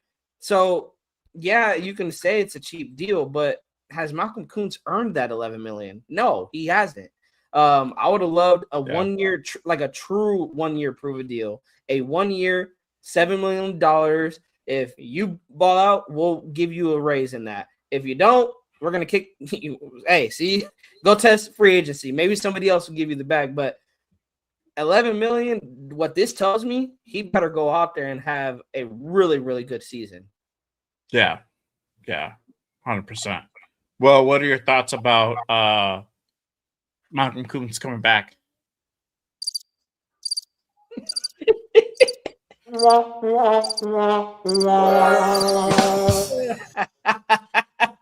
That's what I fucking think about re-signing Malcolm Kuntz for $11 million. I'm going to tell you right now, bro, that is straight cheeks. How are we paying $11 million for a guy that came in here and underperformed? I'm tired of paying guys on potential. This is the thing, right? We see potential. Oh, yeah, he's going to be good now because he's 2 years off this injury. Well, what happened all of last year? Because I didn't see your numbers. And now we're going to come and Spytek is rewarding him with $11 million? Come on, man. You know what, Coupon John? What you need to be doing right now with this man is going, I got a discount for Malcolm Kuntz on aisle 6. Please take him because we got the trash and we got to take it out. And that's honestly what it is, man. Malcolm Kuntz is just a body. When we're talking about a body for $11 million, it's ridiculous, guys. The guys that we could have found, Arden Key got paid $10 million a year to go to fucking the Titans. And he had more production than Malcolm Kuntz. So at the end of the day, when I go and I say, man, Malcolm Kuntz gets re-signed, it's not that I don't like the talent. Could be talented, could pop off. But for $11 million after already taking him on this was supposed to be his prove-it year. Yeah. They didn't prove it, so I thought he was going to be out. Yeah. So what are you going to do? Oh, hey, man, let me give you another chance. Oh, you didn't do it last year, so you're going to do it this year. Come on, man. That's what it is. Well, you know what? I personally didn't think that Max Crosby was going to be traded. So now we're in a little bit of more of a predicament where we have to go ahead and rely on my boy over here, fucking Tyree Wilson, who made the fucking, because I didn't have nobody else who made the fucking Just Raiders intro. Got this notice. I had to like promote the dude, and you're left a little bit like, a little bit hat in hand almost. because you went ahead and traded away Max Crosby for 2 firsts. This is okay, cool, all right. But now when you go up to Malcolm Kuntz, and he's like, look, bro, you want to come back? We know we can't pay you a whole lot. Guess what he said? Pay me. Fuck you, pay me. That's what he said, bro. The thing is with Malcolm though is that like Will say, you're paying him $11 million coming off of 30 total tackles, 14 solo, 16 assisted, 4.5 sacks, 1 fumble recovery. That's it. Primo, how much did you just say for what? How much is it for $11 million? The production that he had last season, we rewarded him $11 million for having 30 total tackles, 14 solo tackles, which ranks 150 plus out of the defensive ends, 16 assisted tackles, 4.5 sacks, which is tied for 79th in the league amongst defensive ends, and 1 forced fumble, which is tied for 67th among defensive ends. I get it, it's a 1-year deal, but $11 million, that's just for that production. Primo, that's overpaid. You know what you just told me? Right now, with the 2 defensive ends that we just signed, one of them, it was 3 years, $48 million, right? Mm-hmm. He's $16 million a year. Yeah. We just paid $27 million to 2 defensive ends with less than 9 sacks and fucking 60 tackles combined. $27 million for 2 defensive ends that are bums. Hold on. Jay's like, stop talking about my guy like that. Oh, he ain't my guy, but I'm gonna throw this. Oh, I'm trying. I'm not disagreeing with Will at all. I'm thinking like, what possessed him to make that deal, right? Yeah. I'm like, okay. Could they have felt that Robbie Leonard's like, oh, I can fix it. I can make these guys better. I didn't have that opportunity when Pete was here. That's why they had that's why they had the year that they had, because I had remember, Robbie's 3rd down the poll. It's Pete, then it was PG, and then it was him. So I'm thinking like, now that Robbie's actually in control, he's running the whole goddamn defense. Could he be like, you know what? I want to bring these guys back because I know what they can do. We've seen what Malcolm can do. He got injured, okay, but I know what he can do. I know what Eric Stokes can do. We bring in an actual guy who can work with the corners and make these guys better. They know how I run shit. We're gonna run something. They know how I work, or we're gonna run little things that kind of be similar, so they kind of know their way around certain things, right? Could that? Do you guys think that could have been part of the decision-making process? We're bringing back like Kuntz and Stokes.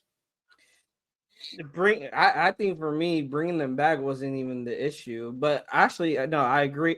You got to have some familiarity, especially for Rob Leonard. You don't want to bring in a bunch of new guys that he can't, that is like, I have no connection with. I don't know what their strength, what their weaknesses is. We talked about that with PG. Put these guys in positions that's their strengths. So to your point, Jay, yeah, maybe he's like, hey, bring Kuntz back. I know what his strengths are.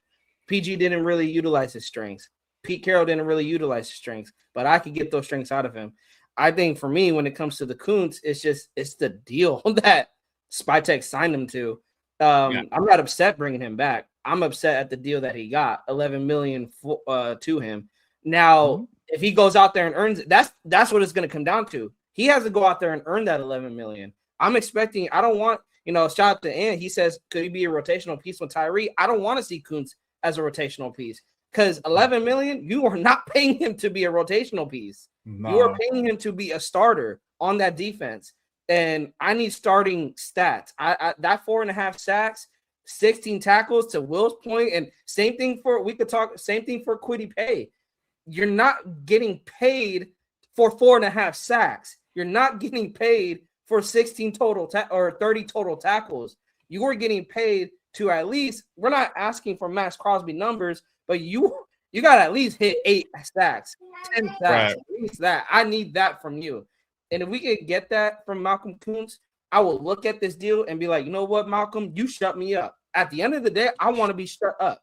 Yeah. Malcolm, show me you deserve that 11 million, because right now, as a fan, and based off what you did last year, you did not earn that $11 million. Let him know, Primo. Let him know. Yes, exactly. Talk, man.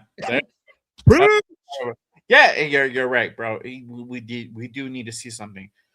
That's just a little thing I wanted to go ahead and throw out into the universe. Like, you know, one of those questions. Like, do you think Robbie was like accepting, like, I can work with these guys, I can make these guys better than.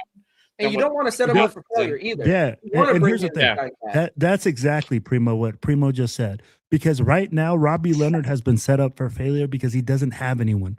He just lost his biggest weapon, right? Yeah. And right now he feels like he has a knife and he's taking it to a gunfight. Yep. Bro, who do you got? Oh, I ain't got nobody. You got to bring somebody back. Exactly. So what do? You say, hey, man, Malcolm had a great start with you. What do you think you can do? And Jason Downs just is in the chat, and he said something that's absolutely truthful. When you look at Malcolm Kuntz as a stand-up outside linebacker, his body type is totally perfect for him in his gameplay, right? Because his gameplay is that style of an outside linebacker. And if you use him as a true defensive end, he struggles with his hand in the dirt. Mm-hmm. So at the end of the day, maybe he said, yeah, but at $11 fucking million, come on, man. That's where I go and I say, dude, I thought we were out there trying to maximize these bucks. You know, we're saying we don't want to pay certain guys, and certain guys are making too much money, but they're producing. And then you go and you say, hey, Malcolm Kuntz, you didn't produce, but we're going to reward you. And that right there, that worries me. Because I don't like rewarding players that didn't earn their shit. Like, if you earn it, pay them. Like, it's like this. Fuck you, pay me, right? Like, hey, if you get that money, bro, if you out there working, hey, fuck you, pay me. Let's make my money. Let me get paid. I'm all about that shit. Yeah. Yeah, bro. I like that swag. Yeah. But at the same time, I'm looking at it, and he can't have that type of swag. With the numbers we just said, bro, tell me what defensive end is going to sign an $11 million contract besides us, because right now we're desperate. You know, we need those players. We need that depth. We need guys that can give us some sort of hope at that position, because we ain't got no pass rush. Yeah. So that's what we're hoping from Kuntz. We're hoping that from Kuntz is really pass rush. But absolutely, because we don't got none, Primo, and you know it, and I know it, and we don't got the coverage to handle it. Okay, I'll be like, we're a rebuilding defense. Our closer is gone. That's why the Ravens took him. He's a closer, bro.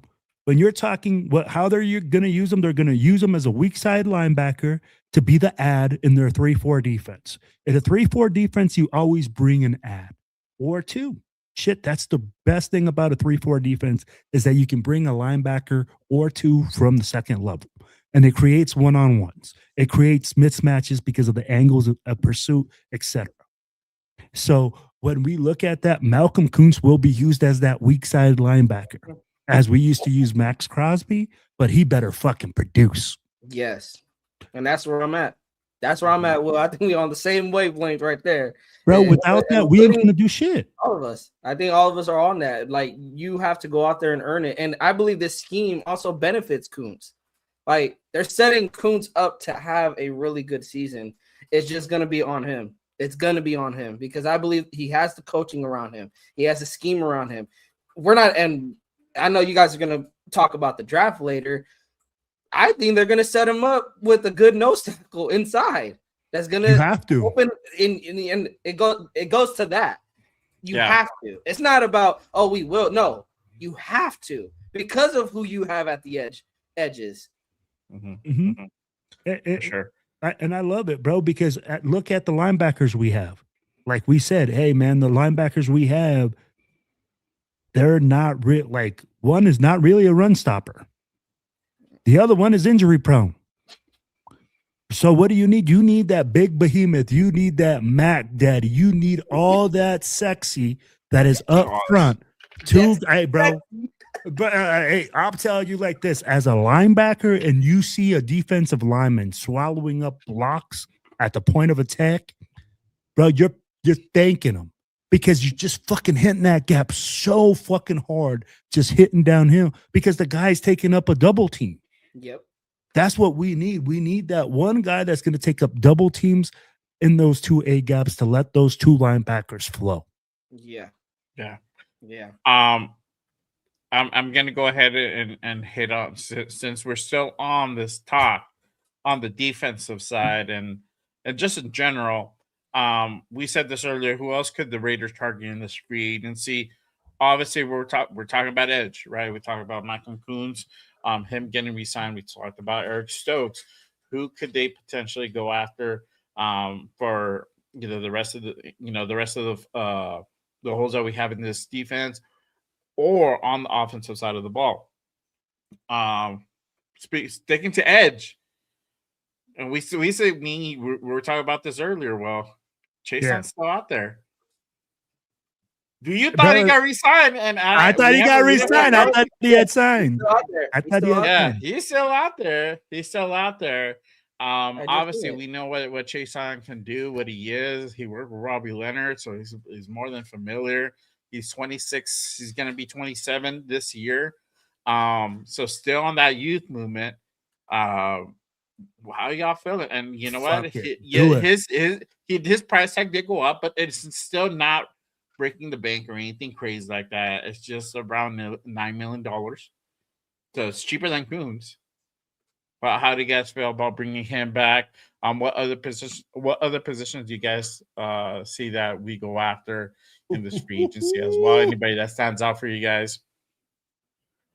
Edge. You want to go? Primo, are me and you on the same wavelength when we're talking Chase right now?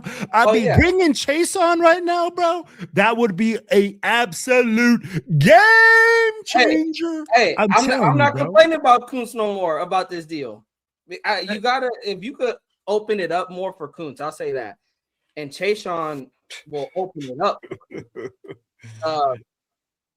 I would love to bring in Chase. I think that'd be the nail in the coffin for a good day one, day two, start to day two, is bringing in Chase It starts in the trenches. We know what we have in the corner room. I believe we're going to build it up. The linebacker room, same deal.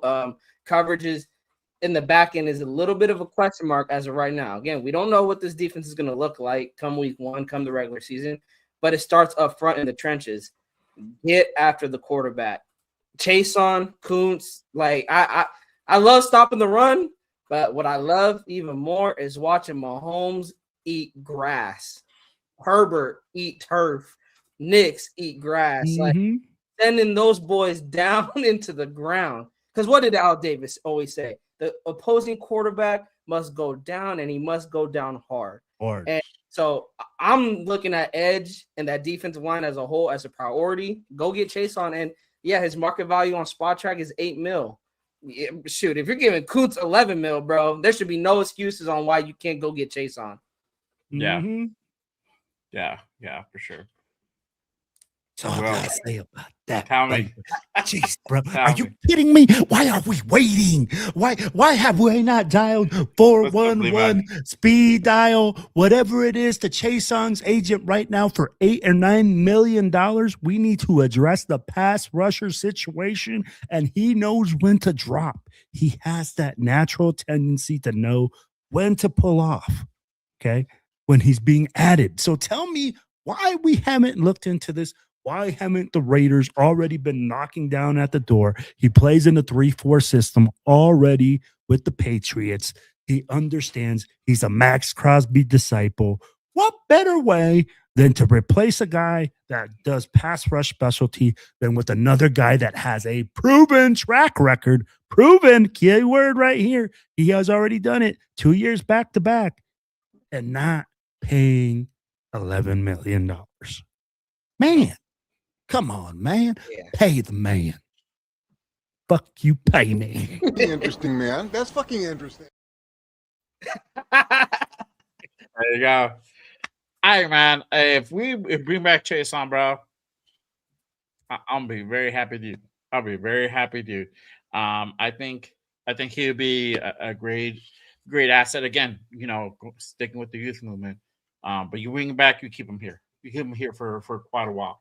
Mm-hmm. He again, a guy that we brought in, bouncing around from team to team for whatever reason, it just clicked with him and Robbie Leonard, and he was able to go ahead and really bring out the best potential in him.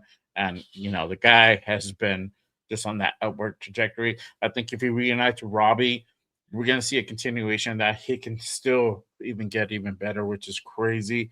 On as far as free agents go, on the edge part, you have a lot of guys out there, but a lot of the older guys that are over 30 years old.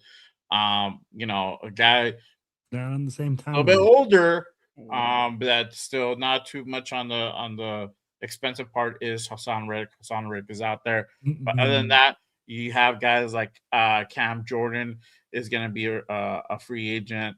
You have Von Miller out there as a free agent, so on and so forth. We have a lot of the older guys that are more likely going to be on a 1-year type of deal, and whatnot.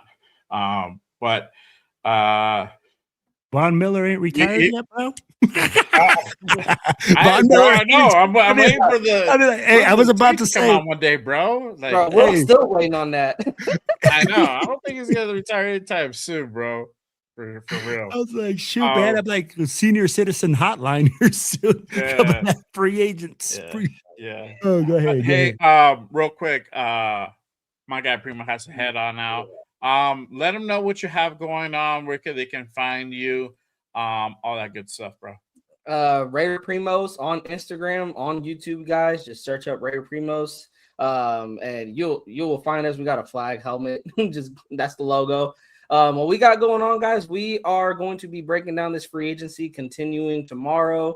Wednesday, we'll have a live show Wednesday and to break down the official signings of all these deals that are taking place. Go hit that subscribe button on YouTube and hit that bell so you guys are not missing anything from Raiders Primos. Hell yeah. Again, real quick, I want to show you guys because shout out to Raider Nation. He said sign to Kobe Dean over Devin Lloyd. Have some doubts, but hoping it all works out. Devin Lloyd got 15 average, 15 million on average. So that's a really cheap deal. I'm surprised Spytek didn't take that, but maybe I had my doubts on Lloyd because he had his breakout year in his end of the year, like towards his contract ending. So I'm like, we've seen this time and time again where players, when they're trying to get that bag, they ball out and then they get the bag and then they forget how to play football. So I don't know if Spytek was afraid of that, but we'll see. It takes two to tango, bro. It takes two to tango, and we forget that. Maybe Devin didn't want to be in Vegas. Yeah, he was like, hell no, bro. I don't want to be part of no rebuild. He's like, Fernando who? Yeah, exactly. He's like, I'm good, bro. I'm good. I'm good. I'll keep it pushing. Like, send me to the Panthers. Yeah. But anyways, hey, thank you, Jay, for having me on, man. Hey, appreciate you, bro. Man. Appreciate you, Primo. Much love, bro. Can't wait to catch you on there, bro. Hey, have a good night. Definitely. I got to get you guys on my platform. Can't wait. Yes, sir. Appreciate you, brother. Thank you for calling on. All right, you too. All right, guys. So we're gonna go ahead and continue on. Let's see here. Okay, cool. This one's better. All right. Shout out to my guy, Predator in the building. What is good, my guy? Salute. Thank you for pulling up. Yes, sir. All right. So again, going back to who else could the Raiders target in free agency? Obviously, we're talking about the interior as well. We do need a nose. I know we got Adam Butler. Adam Butler's a little bit on the light side.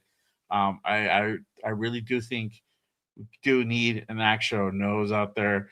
So just kind of looking at some of the guys that are out in free agency. Again, going towards a youth movement.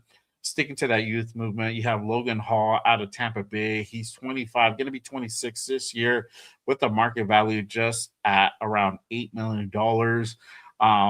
Aside from that, you got our old guy, Jerry Tillery, under 30, still under 30. I think he's going to be 30 later on towards the end of the season. Also coming going out as a free agent from Kansas City.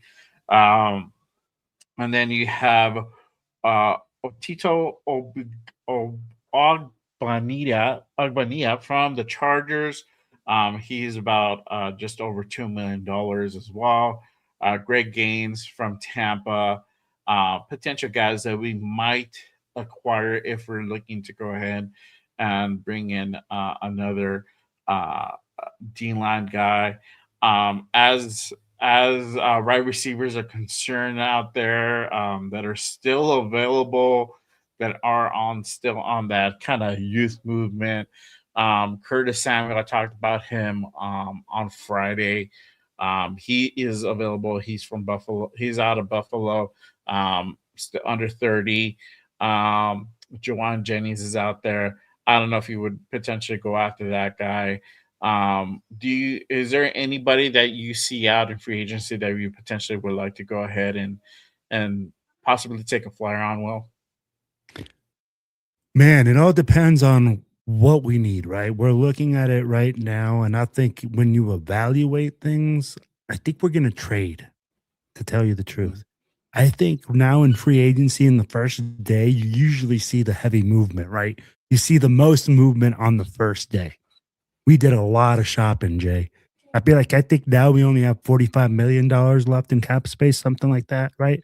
Something around 40 Somewhere mils. around there, 45, 50 per around there. I haven't done the math, to be honest with you. And the thing is that so obviously moving on from Max frees you up about 30. Then you had Gino, we saved about 8. And I forgot who else we moved on from. They gave us a little bit more as well. I think we were like at 130 mil to 120 mil, right in there, right? Yeah, around 122 to 130, around that mark. So somewhere in between. When you talk about that, right? In my rough evaluation right now, we have about $40 to $48 million left, which this doesn't include the 10 freaking draft picks that we have to sign, right? So you're talking about 22 to 25, maybe even $27 million wrapped up in their rookies. So we're talking about a space of about $15 to $16 million. So we're talking about probably 2 guys. And for me, what you're going to do with that is honestly, in my opinion, we've already addressed the linebacker position. They've already addressed the defensive end position. If you have a free safety issue, you got to look at the free safety, right? But the wide receiver room is another room that they're going to try to fill up. I think you either fill it up there or you draft another line or you get another lineman. You know, we need a fullback as well. I'll be like, people forget that the fullbacks are heavily used in the Kubiak system, and the Raiders don't have one. And Alec Ingold went over to the Chargers. The Chargers. So he's out of he's out of the picture. And yeah, when I saw him be out there available, I'm like, cool. And nope, he got snatched up real quick, bro. Because they're such utility players and because they're so rare now, right? That's why you see a lot of converted tight ends. When you see a true fullback, a true guy that can do it all and catch the ball and be that utility guy, super rare. So that's why you're going to snatch him up. And that's why I say, I'm like, are you going to waste a draft pick on a fullback? I don't think so. You're going to pick one up in free agency. Mm-hmm. So that's where I'm like, we're going to pick up a fullback, I think. And I don't know which fullback, but you have to address that, man. You have to address the fullback. And I'm like, who do you guys that's going to play outside linebacker? Maybe opposite side corner. I don't know, man. There's so many things, but I think we're done. I think we're going to stick more to the draft now. I really do think we're more, the Raiders have now said, unless Jalen Carter becomes available for something like, it's like super cheap. You know, I'm like, if Jalen Carter becomes available, we better be listening, bro. But I heard that he's available because of his on the field issues and stuff like that. So who knows? What do you think? Yeah, I don't know. I think I don't know if he got if he got picked up or not. I did see something come out earlier, and hold on one second, I'm trying to like look it up. Um, yeah, I think he's yeah, he's probably available. And then this is the thing: if it's a character issue, it's like, do the Raiders want to really go ahead and deal with that? You know, can Robbie and Spytek really get this guy under control? So that's going to be the question. As far as I don't think they're done yet. To be honest with you, I still think there's still some positions or that potentially could be upgraded. Again, this is upgrading. This is not or addressing it. I think we addressed a lot of the issues that we had to address this day one, right? So we had to address the center position. That's done, right? And obviously with Tyler, we're going to talk about Tyler Linbaum in a second. I have some questions to ask you about that. We addressed the linebacker room. You know, the linebacker room was pretty vacant outside of the Bergs, right? And maybe like another guy. We addressed the nickel position, something that we needed to do. We went ahead and did that. So we kept some of the edges because that room now literally got, as far as talent wise, got really light with the exit of Max Crosby. So we went ahead and did that today. I think now it's like about potentially upgrading maybe a position or two. Obviously, a question out there: do we upgrade the right tackle position on the offensive side of the ball? That could possibly happen, right? Brandon Smith is a guy that could potentially be a guy that we possibly pursue.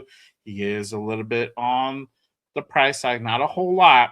It's not nowhere near Tyler Linderbaum money because Tyler Linderbaum money, Tyler Linderbaum money. When I heard that contract, I was like, yeah, bro. I was like, yeah, all right, whatever, bro. Don't show me the receipt. Don't show me the receipt. I don't want to see it, bro. Just fucking wrap it up and put it in the car, bro. That's it. Let's fucking go Bro, before I regret it. you ain't You know, lying. you get the buyer's remorse, bro, because you're like, fuck, shit, I'm fucking trying to buy It's that. like put it in the bag and open it as soon as you can because you don't want to take it back to the store. Exactly, bro. I don't want to get that buyer's remorse. I'm like, damn, I shouldn't have fucking spent all that money on that thing, you know. But you have a guy like Brandon, and you're right. 27 is a lot, dog. But you have Braden 27 Smith million, out dude. there. You have Braden Smith, 13 and a half, around there, 14, somewhere around there. You get a really solid right tackle position. Now, this is if you don't have any confidence in DJ Glaze and bouncing back this season coming up. You can either push him up to guard or keep him as depth. You still have a guy who is experienced that we know that can do it at the right tackle position. The thing is, there's levels to this thing, and Brandon Smith is just on a different level than DJ Glaze. Yep. You have Jawan Taylor from Kansas City. He's also becoming a free agent. He's about 15. What is their age? These are all guys under 30. Okay. Jonah Williams out of Arizona, under 30. He's 28. He just turned 28. You have Trey Pipkins out of from the Chargers, just under 30. Literally 29 and a half it says here. Josh Jones, another right tackle. His market value is about 3.5, under 30 years old. So this is still keeping along with the youth movement on that right side. So there's a lot of guys that are right tackles are going to be available. So, there's some food for thought there. Obviously, we've heard the corner. We might not be potentially done on the corner position as well. There might be a couple of guys. Marshawn Lattimore is out there as well. He's about 8.5. Trayvon Diggs. I think he's a little bit injury prone, but he is out there. He's about 7.5 million as well. We have Jamal Dean, just under 32, still under that youth movement. You know, we have Reek Woolen. We talked about him. His name has been brought up before. Don't be surprised if we go out and take a flyer on Woolen. You know, I'm a little bit mixed emotion because I know what Woolen kind of represents a little bit. But again, if you're going to be that physical team, Woolen's going to be a really good fit.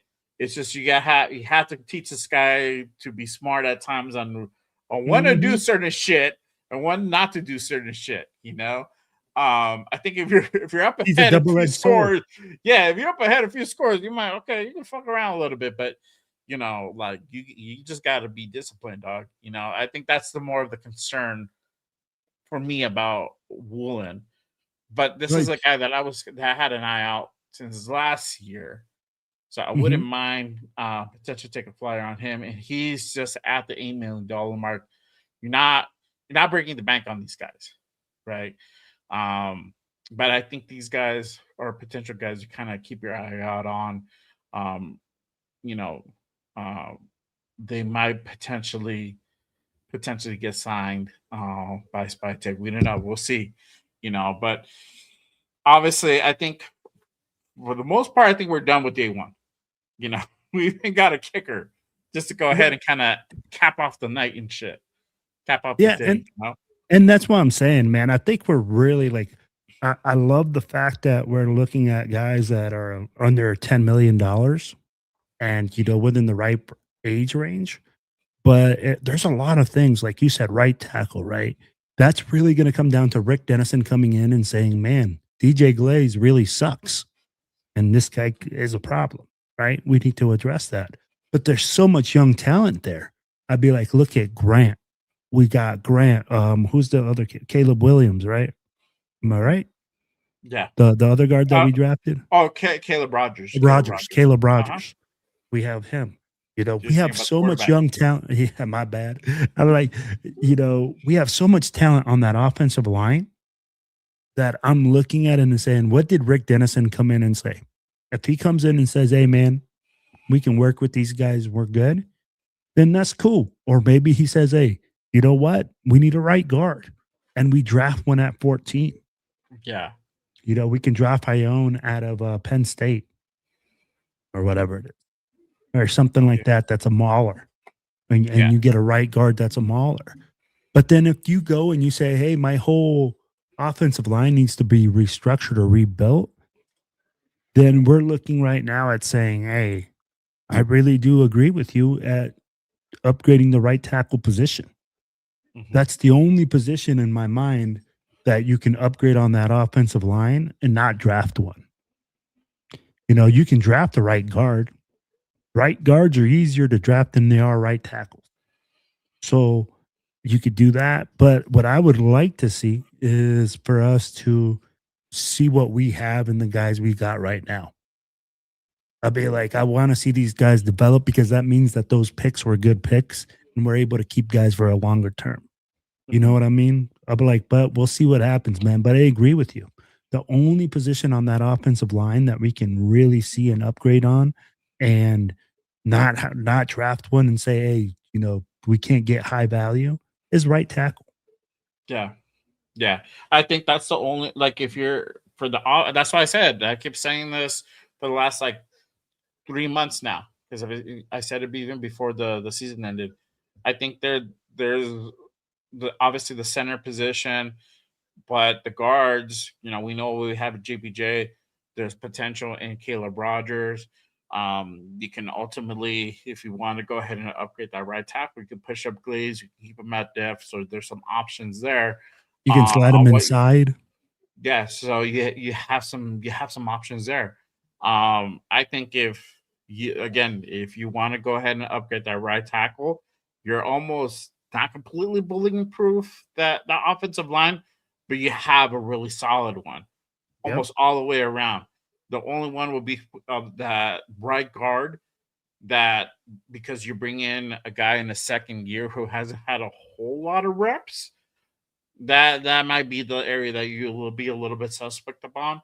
But you have a guy in Rick Dennison that is going to be able to go ahead and kind of shore up that part of his play. So, either they keep Glaze, work with him, and work on some of the stuff that he regressed on, or you go ahead and ultimately upgrade that position, push him up, and keep him at guard, or you just keep him at depth. And it doesn't mean that he flat out sucks. Is that, he might just need to go ahead and sit out part of the season, most of the season, to kind of get his mind back, work on the stuff that he needs to go ahead and work on, develop more. And if anything, injuries happen. Y'all, we saw that. We saw this past season. Injuries happen on the offensive line. He might come in before you even know it. So there's different options, and I think whatever option you go, there's no wrong answer, and that's the cool thing about it. Like, there is no wrong answer on the way you can go. It's all about whether you just want to spend money on it or you don't. Like, you want to spend like free agency money, or you want to go ahead and draft a guy, like you said, because there is a lot of right tackles that are coming out in this draft as well, and a lot of guys that do have some talent that you can go ahead and pick up from this draft coming up. So it's just weighing your options. So I'm excited. I still think that we have some more signings to do. I think we pick up another corner. I wouldn't be surprised if we pick up another linebacker. Dre Greenlaw got released. Got released from the Broncos. His health has been a little bit suspect, but if he stays healthy, you know what you get out of Dre Greenlaw. Mm-hmm. So I don't know, throwing it out there. There's some other linebackers that are out there as well. So we'll see what happens. But I don't think they're completely done. I did want to ask you about this. Just kind of going through some of the guys that we brought in on what kind of impact they're going to go ahead and make on this team. We talked about it briefly early on. We talked about when we talked about Raiders signing on Tyler Linderbaum. What type of impact do you think he's going to really make on this offensive line? Huge. I know. Huge. Immediate impact. I'd be like the way that the center. Okay, and I'll explain it this way. When you're the center in the zone blocking scheme, you're the leader of the squad. You literally call out stuff. You're telling people what protection you're in, where you're sliding to, who you're blocking, every little single aspect. When you're talking about being able to bring a guy that's at a Pro Bowl caliber, that young, that intelligent. I think he went to an Ivy League school, if I'm not correct. This guy is a high IQ player that's going to be able to teach JPJ. He's going to be able to bring Colton Miller, even though he's a freaking senior guy, he's going to be able to bring that leadership aspect down. We need a new guy that's going to be in there to take over that leadership, because Colton Miller's only going to be around for so long. Yeah. Then you're talking about bringing in a rookie right guard. You're right. If we bring in a rookie right guard or bring in a guy, bro, there's so much to it that he does. Tyler Lindenbug's offensive line help is going to be huge. Now Fernando Mendoza doesn't have to worry, because this is the way we're looking at it, right? Let's be honest. Fernando Mendoza he's an Iowa. Then even better, because freaking Hawkeyes are Iowa's known for Iowa's good on their offensive line. Yeah, dude, they're known for producing offensive linemen. So what you see is that Fernando Mendoza won't have to make those decisions. He's going to be able to relieve a lot of that stress from him to say, hey, there's a blitz coming. I can make the call. Hey, let's make this adjustment. Hey, we got to make this adjustment, because he makes all of them. That's why his impact is so big, because he doesn't impact the run game. He impacts the pass game and impacts Mendoza's ability to, one, break down the defense and not have to worry about certain things. Rorschach, what's up, baby? My guy. Salute. Yes, sir. I love my guy, man. 2-4 in the building. One of the mods here at Just Raiders. Salute, my guy. Appreciate you pulling up. I don't know, bro. I think it was some guy named Rorschach Raider 2-4 that might have vouched for our guy Anthony over here. What, is he falling asleep at the? Is he falling asleep at the wheel? Is he falling asleep at the post, bro? Probably. Come on, dog. But let me ask you, because when you looked at it, Jay, did you play out? You played offensive line, right? No. No. I look like I played offensive line now and shit. My fucking fat ass. So I played offensive line. Yeah. And I'd be like, I played offensive, but I'd be like, not when I like in high school, but I played offensive line in middle school. I was a bigger kid in middle school, right? Like and then I got passed up by everybody. But man, it makes a huge difference, bro, because they're telling you like, hey, pick this guy up. Hey, pick that guy up. And it's a guy that's inside that room. When it's inside that room from a cohort, it's different than you're getting it from from your quarterback. You know, you're able to understand hand placement, foot placement. Hey, this guy took a wide angle on me. How do I get him? Oh, you know, this guy did this move. He can give all those advices to those young men and really lead that room. Yeah, bro. And like I said earlier, I mean, you know, bringing in a guy like Tyler Linderbaum, and again, shout out to my guy Lunatic Raider. You know, he's saying that it just literally trickles down to all the guys down there. You know, to JPJ, to Colton Miller. It's just a trickle down effect. What you know that happens from there. You bring in a guy, you bring a guy like him who's a veteran leader, bro. And it's just the experience factor. The experience factor between like a guy like Tyler Linderbaum to JPJ is just it's quadruple almost in value, bro.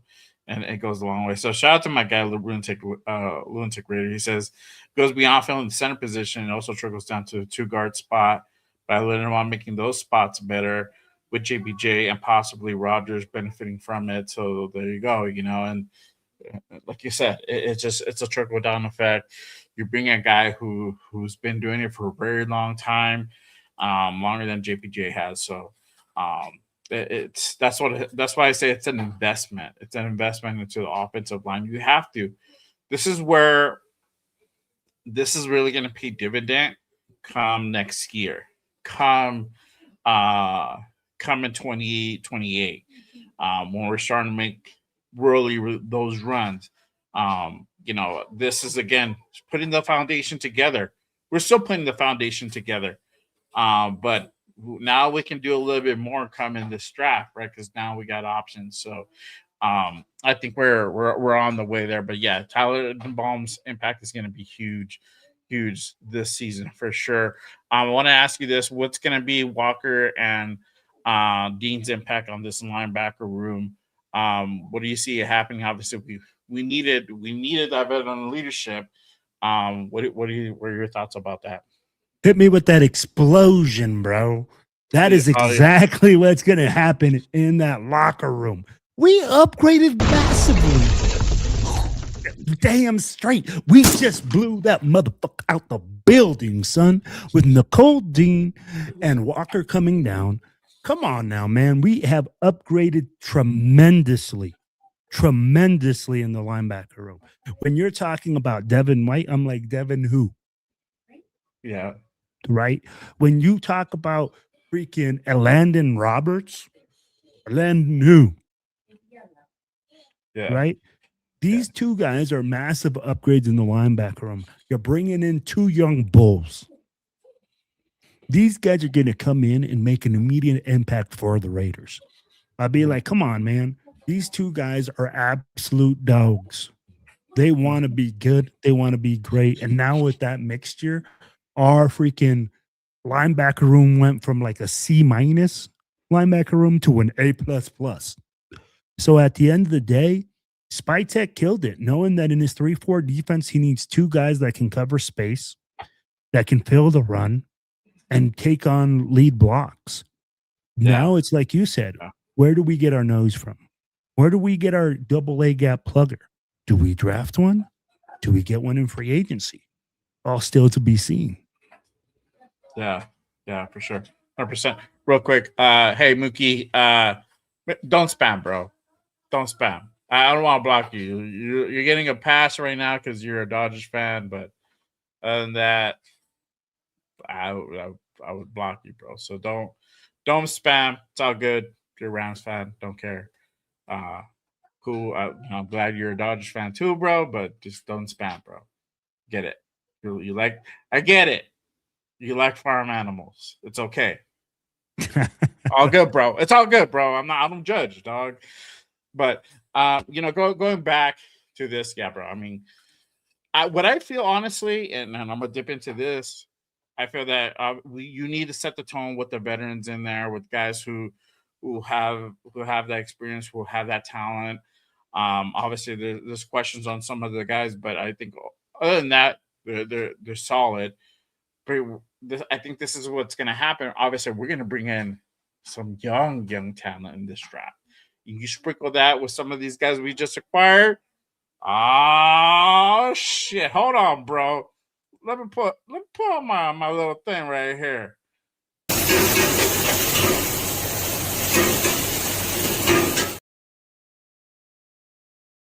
Cooking.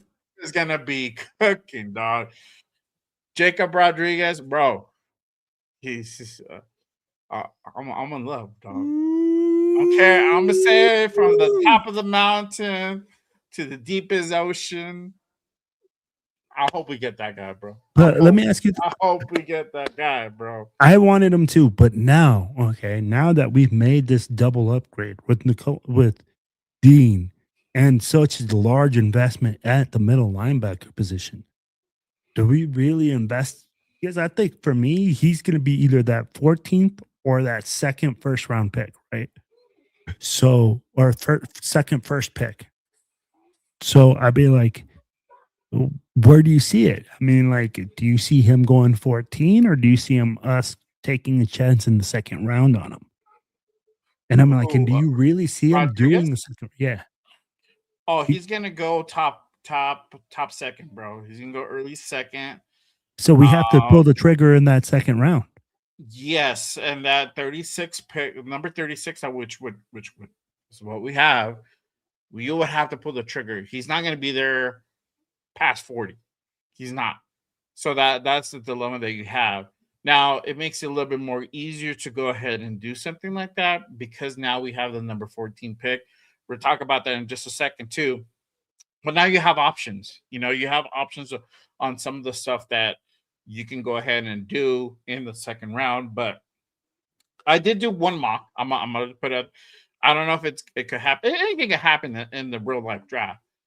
But I did see a team. I think it was Houston that went up and got in the first round. They picked them up in the first round, like late first round, like 20, whatever pick they have, 28 or 27, whatever. They picked them up. But normally, what it goes, he goes early second. By 40, after 40, if you get to 50, because I've traded back, he's gone. Somebody picks him up. So you have that. But there's other guys too. Anthony Hill Jr. is another guy to go ahead and look out for. He would be a good pickup too. He would be a solid addition to that linebacker room. So there's options. I think we're gonna get some more guys to fill in that room. We're gonna definitely go younger, but talented. Talented is gonna be like the key word here. So we'll pick up a guy in the second. We might pick up a guy in the third. You never know how this draft is gonna go, bro. It might go.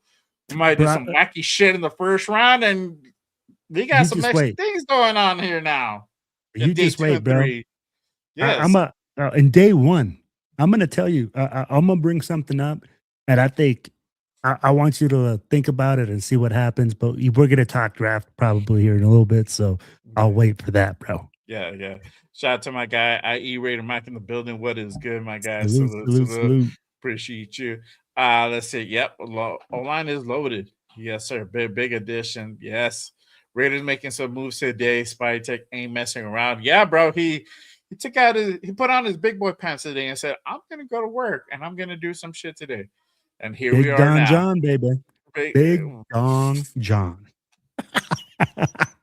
Waving it around the air, bro, like you just don't care.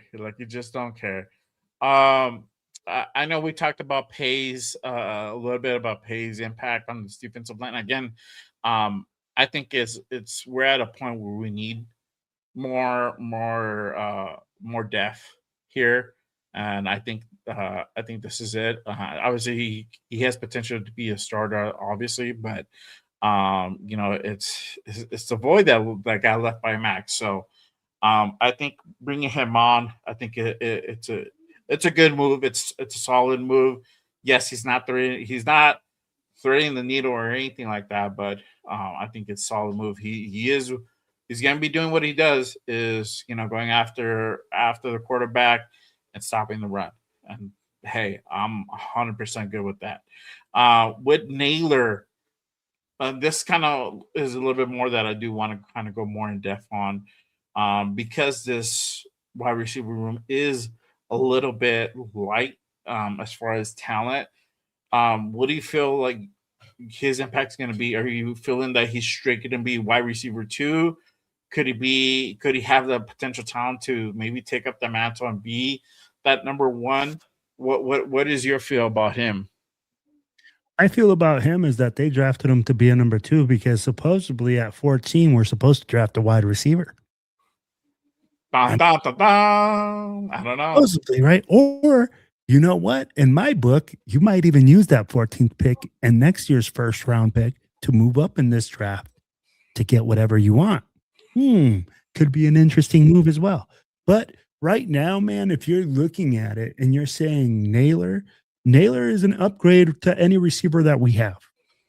He's our true number 1 right now. If we were to sit right now and start, he is our true number 1. So at the end of the day, he's an upgrade. He's a true number 2 and a guy with a ton of potential. He's a guy that I really see us using him like Shaheed. He has those variables. He has that speed. He has the ability to catch the football, and he doesn't drop it. Again, we go back to saying he only dropped 1 ball this year. So at the end of the day, you want a secure-handed guy that's going to make plays, that's going to be a difference maker, that has a tremendous amount of speed. You got one. Yeah. And I'm glad you brought up Shaheed, because I was like, once I saw him getting signed, that we picked him up, I didn't feel like we're going to go after Shaheed. It just didn't make sense, bro, because they're basically almost the same. Just Shaheed plays special teams. So I totally get it. Shaheed was $51 million. Yeah, and I think that's what ultimately, I think Kubiak was like, look, if we can bring him in, let's bring him in. But if you can't get him, all right, whatever. Like, I'm not crying over spilled milk. And then what ended up happening, Shaheed ended up staying in Seattle. So hey, good for them. They keep some of the guys, because they lost a few guys today. So hey, it is what it is. But cool. I'm good with Naylor. Yes, I think bring him in, bring him a veteran presence, and that guy that can catch. And that wide receiver room is going to be a good addition. Yet to be seen on what we do with these picks. Obviously, if y'all know, I hope you guys haven't been living under a rock. Could be. Hey, you just pulled up to our shows. Cool. Appreciate you. Thank you for pulling up. But obviously, Max Crosby got traded on Friday. He is no longer a Las Vegas Raiders as of today. And so what we got for him was 2 first-round picks, 1 for 2026 and obviously 1 for next year. The number 2026 is the number 14 pick. So we have the first and the 14 pick. So now the question is, because most likely we all know it's going to be Fernando Mendoza at number 1, right? What are we going to do now at 14? And I put out this rule earlier, and I talked about it on Friday. What do we do at 14? Do we go ahead and draft a receiver? Do we draft offensive lineman? Do we go ahead and get a defensive guy? Or do we trade back? You have different options that we can go ahead and do now on, at having the number 14 pick, because it is a middle of a round pick, but it is still good enough where we're able to go ahead and get some really good talent in that middle part of the first round. One of it being Mekhi Lemon. Mekhi Lemon is going to be available and is going to be most likely available at 14. And that's kind of what he's projected around between 12 and I think 20. I don't really see him being farther than that. I already see the draft. Hey, what up, y'all? We can't wait to come in here and kill it for y'all. You know, I mean, like, kind of weird, but hey, if If it happens, dog, I'm a SC guy. I'm not. I'm an Total SC guy diehard, too, but come on, man. Hey, dog, but hey, look, if they get them, cool. If they don't, cool. But this is the thing too. You can also, and I'm gonna take a page out of Jeff's book. You can trade now. I'm more comfortable trading back from 14 because you don't have to trade all the way down. You don't have to trade out of the first round too. You can trade down a few spots, 3, 4, 5, 6, 7, 8, and pick up second, a third, a second and a third together, a second and a first for next year. So there's so many possibilities. I like it. But if you go down to, let's say, a number 20, on most box, Makai's still there. And you know who else? But you know what? The funny part is, if he's not, Casey Concepcion is there as well. And he is another top receiver prospect that you can also go ahead and pick up around that mark. Right. So, and you're picking up extra draft picks on top of that. So if you pick up a second, now you have another guy that you can go ahead and pick up somewhere in the second, whether it's in the latter half of the second, you're able to go ahead and pick up. If you get a third for trading down, you're able to go ahead and most likely get a high third round pick for that. It just depends on who you're trading off with, right? And where they're at. That is all the question from there. What do you get by training back? We cooking. Yes, I love it. But I love you know what? I wanted to get into this talk because now you have so many options, bro. Mm-hmm. Let's move away. Let's say we don't get a wide receiver. Let's say they're like, nah, fuck that. We're not gonna do that. They got now you can possibly either get a defensive guy or an offensive lineman. And guess who is there? Got Spencer Fano now that you're talking about. Mm-hmm. Spencer Fano is going to be available.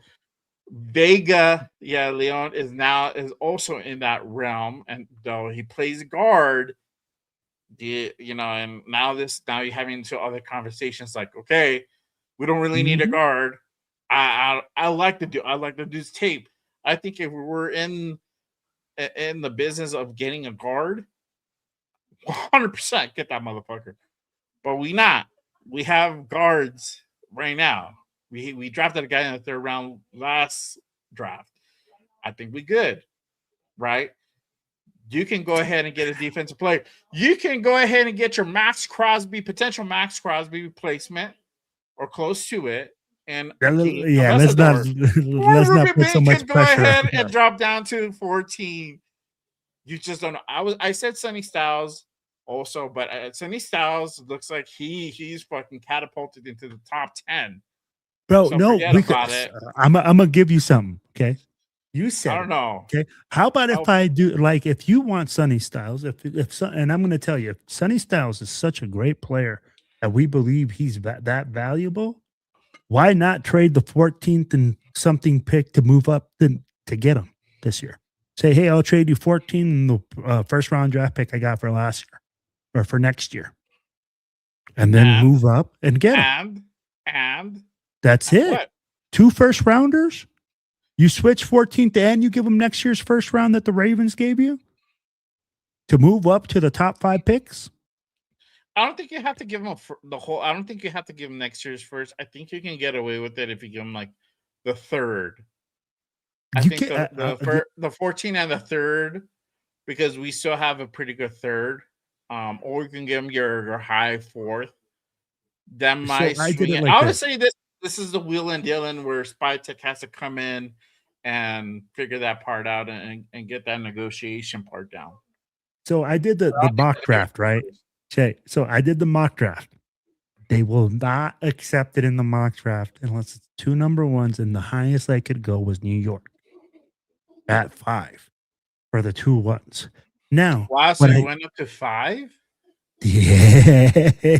I don't think he gets into the top 5. But I'd be like, again, if he was a top 5 guy, if you have a guy that you like that's in the top 5, you can make that move.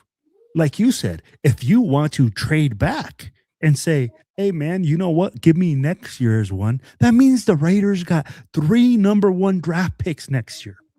3 number 1s. And you could pick up another and switch, Insane. bro, and switch and move back. Yeah, you might draft at 22.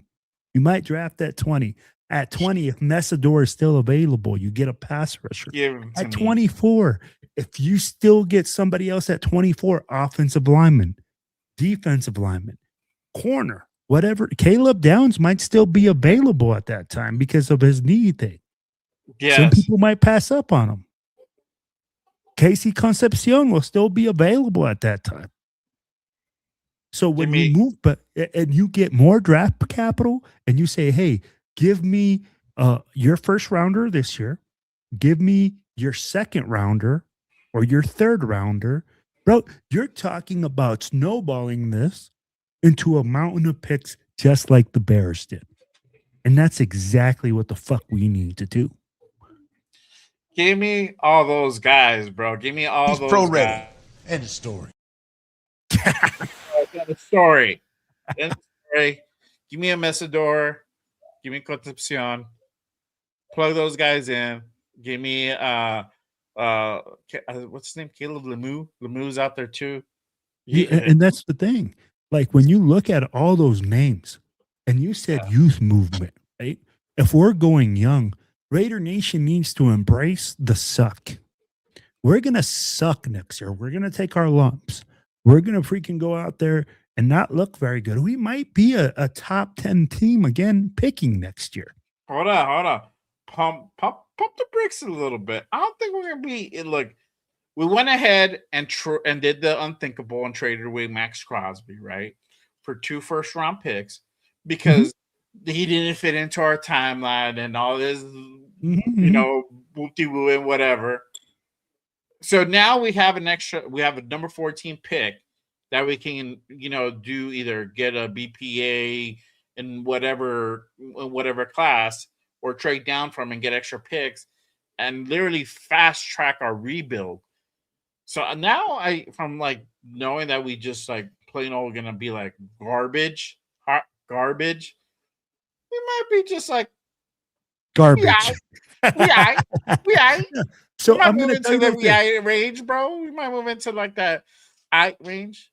We might fuck around and be I. You know what? The reason I say this, Jay, it's not because I don't think the team will get better. It's because of the division that we're in. When you talk about the AFC West, it's an absolute monster. So it's not that the Raiders are not going to get better. It's not that we're not going to improve. It's the fact that we play in one of the toughest divisions in football with 3 very experienced coaches that each team keeps getting better and better and better every year. So we need to catch up. So that's why I say, hey, we're going to take our lumps. In my opinion, we'll be a top 50. We draft in the top 15 next year. What's that? After today, I think we might have maybe leapfrog at least maybe one team. We'll see. Who did we leapfrog, Jay? I don't know. I said maybe. Did we leapfrog the Chargers? Maybe. Did we leapfrog the Broncos? No, I mean leapfrog the Broncos, but the Chiefs. Chokers? No, not the Chiefs. The Chiefs, bro. The Chiefs went out and fucking got they overpaid and got their fucking Super Bowl champion running back. So good for them. I'm glad you overpaid. That means you can't go out and get other quality players and shit. Fuck you guys, but you know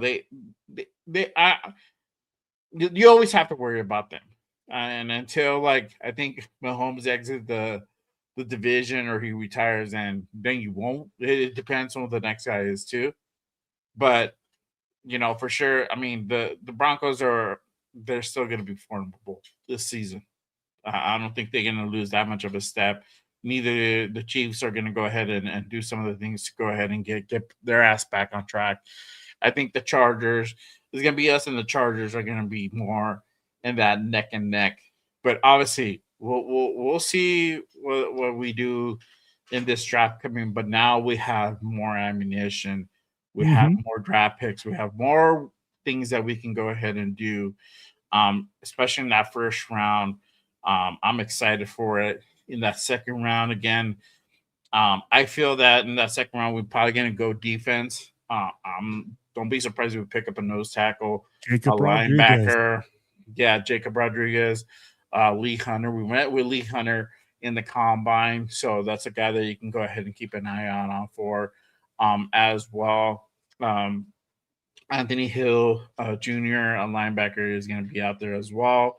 That we, go ahead and keep your eye on him. So there's different options that we can go ahead and do. Edge, Cassius Howell is going to be out there as well. So I'm throwing it. I feel that the second round is going to be defense.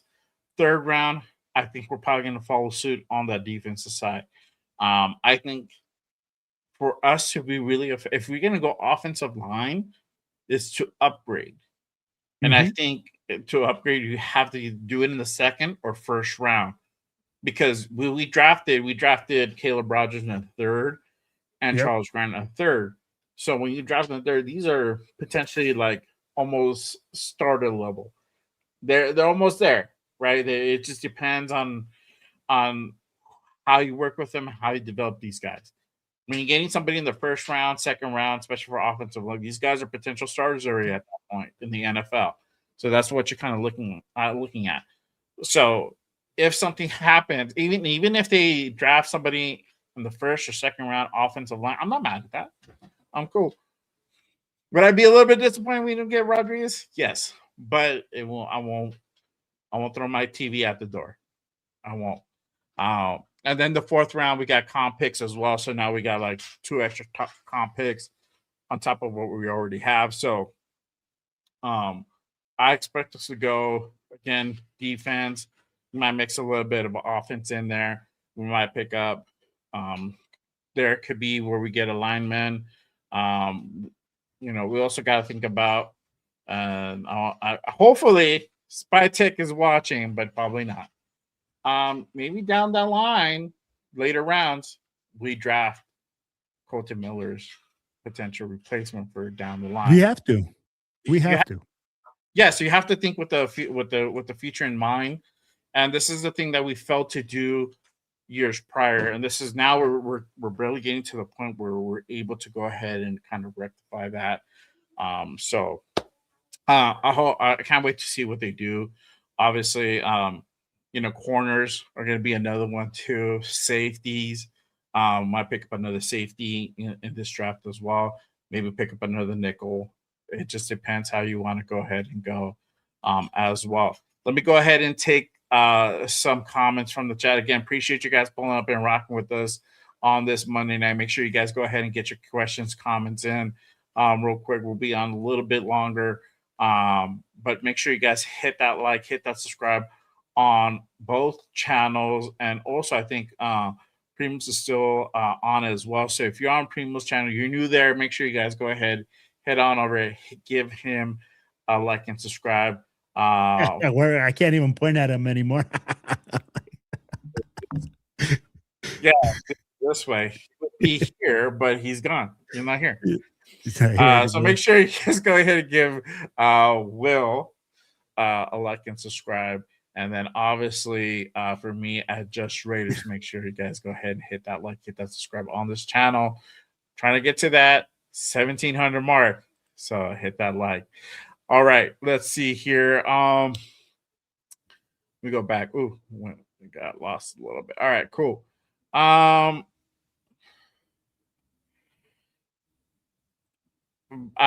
shout out to Butterby. He says Mendoza, number 1, Freeling at 14, Bisconis at 36.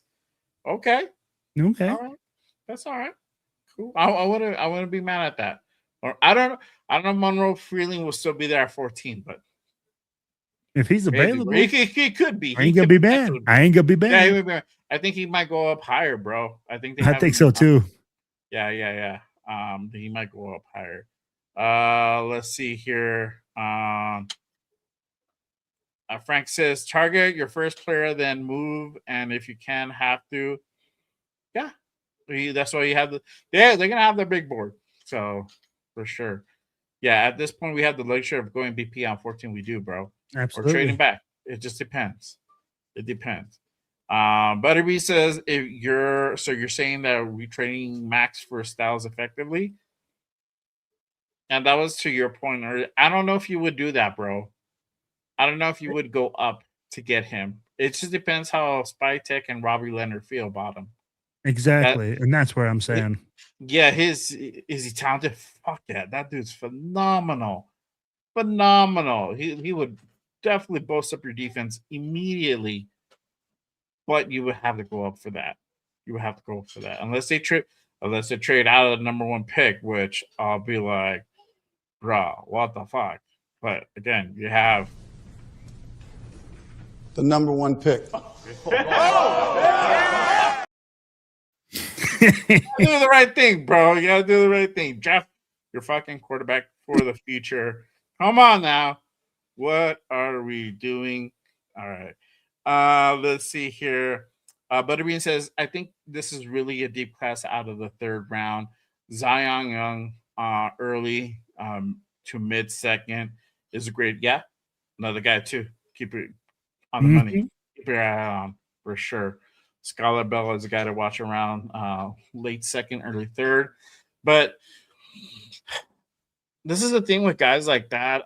I feel like it's just like another nailer type of guy. I don't think this wide Yeah, he's receiver the same class type. Yeah, I don't think it's like it's too deep. I think it's shallow. Like Lemon and Concepcion, maybe Jacoby Lane has potential, maybe going wide receiver 1. I think he needs a little bit more development. Maybe he can get there. But out of those 3 guys, that's it. I mean, I see Malachi Fields out of Notre Dame. I think he has some potential too. But I think with him is like injury, if I'm not mistaken.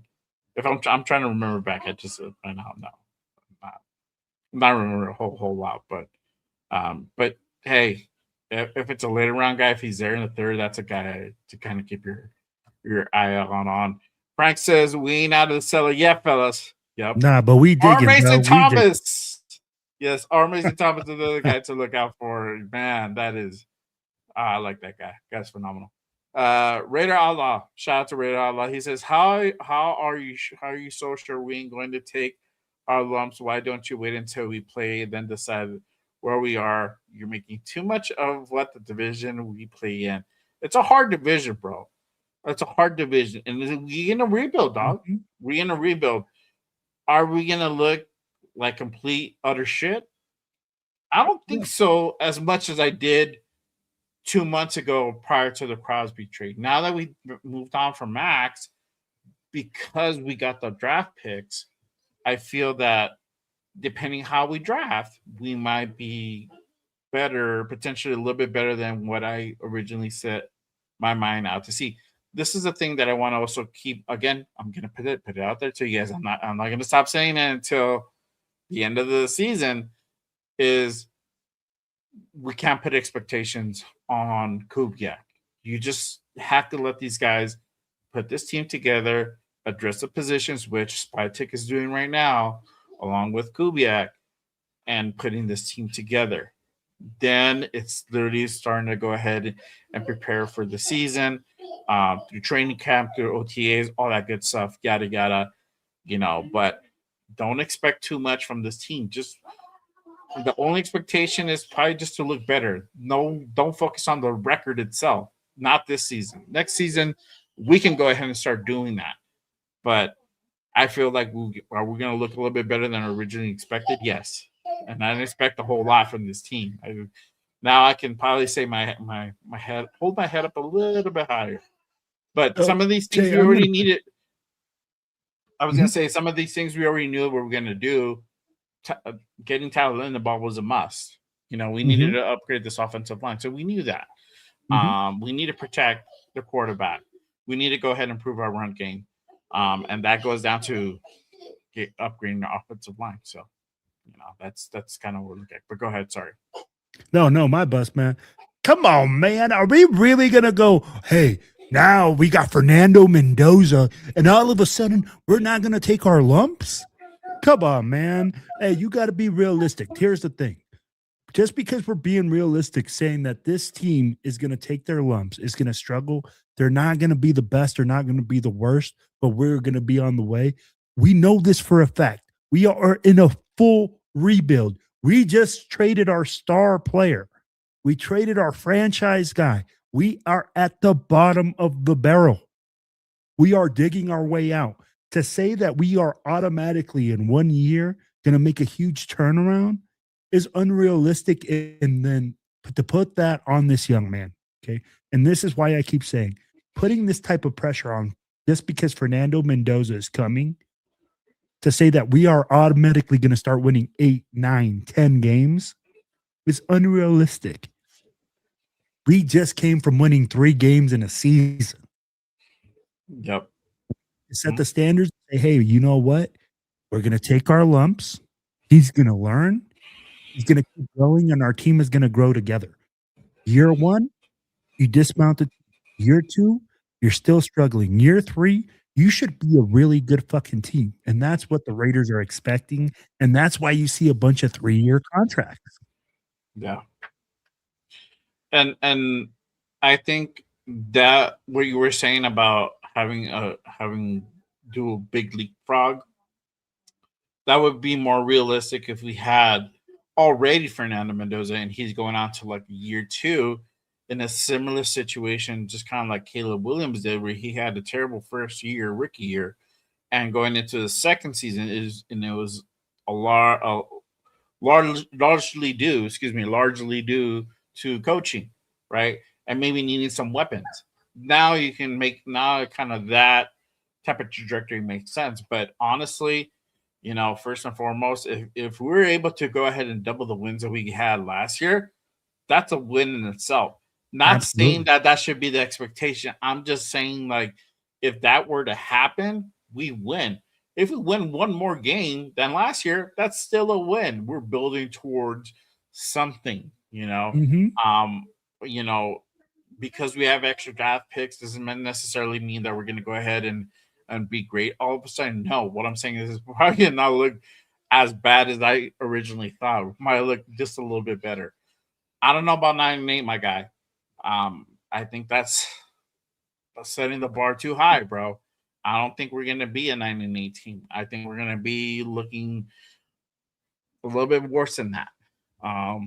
So again, it's just I don't want to put a number out there because I don't have an expectation for this team. I just want us to go ahead and work towards putting the foundation looking better at least than we did last year.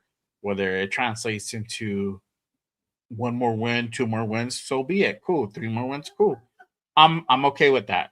Then that's to me seems more realistic than going from a 3-14 to a 10-17 automatically. It's a big leap. Y'all don't think so, but it is because you're trying to win 7 more games. 7 more games is a lot of games for real. Butterbean says trading 2 first was suggested. I don't know what you mean by that. When I said you can trade 2 first to move up in the draft if you want to. Oh yeah. That would be a lot. I don't know if I would do that for Styles, but again, it just depends if these guys are that high on him. I don't think you do, especially with the guys that are coming out. Again, Ruben Bain, because he just got measured, is probably going to be falling out of the top 10. It's crazy, bro. Because of arm measurement. Yeah, because of his measurables, it's crazy. Mesidor is probably going to be coming up toward the bottom half, maybe mid first round. So you have guys that are going to be out there that you can potentially go ahead and go after. You trade back, in my opinion, bro. And honestly, the trade back that you said, where you give me next year's number 1, and you say, hey, I'll give you next year's number 1, and you give me some added ammo for this year, I take it. I know a lot of people are going to be like, no, you can draft Mekhi Lemon, you can draft this guy. I don't give a fuck. We need more than Mekhi Lemon. We need more than a number 1 receiver. So if we get 2 or 3 more draft picks out of this number 1, Why not? And another number one for next year, bro. Like we said, 3 number ones next year. That would be Sign me the insane. fuck up. Yes, exactly. Shout out to my guy G Fam in the building, one of my mods and members here at Just Raiders. Appreciate you, my guy. Salute. Thank you for putting up the channels up on the chat. Appreciate you, my guy. Salute. Yeah. Avocado says nice shirt, bro. There you go. He says, where'd you get that, bro? He wants one. Yeah, it is hard, bro. It is hard. But honestly, though, before we got on, I thought, I'm like, why you dressed up as Scarface? I'm Scarface Raider now, Are bro. you on location in Miami? Like, do you know something? I don't know, dog. You know the way I live my life, bro. He's like, I'm on vacay, dog. I'm always on vacay. I'm always on vacay, dog. Hey, oh man, that's fucking dope. My wife likes to travel, man. My wife likes to travel, so I have to stay ready to be tropical at any time, bro. Apparently so, or is it? It's just because Spytek is cooking so hot that you had to pull out the Hawaiian shirt and show the hamburger meat.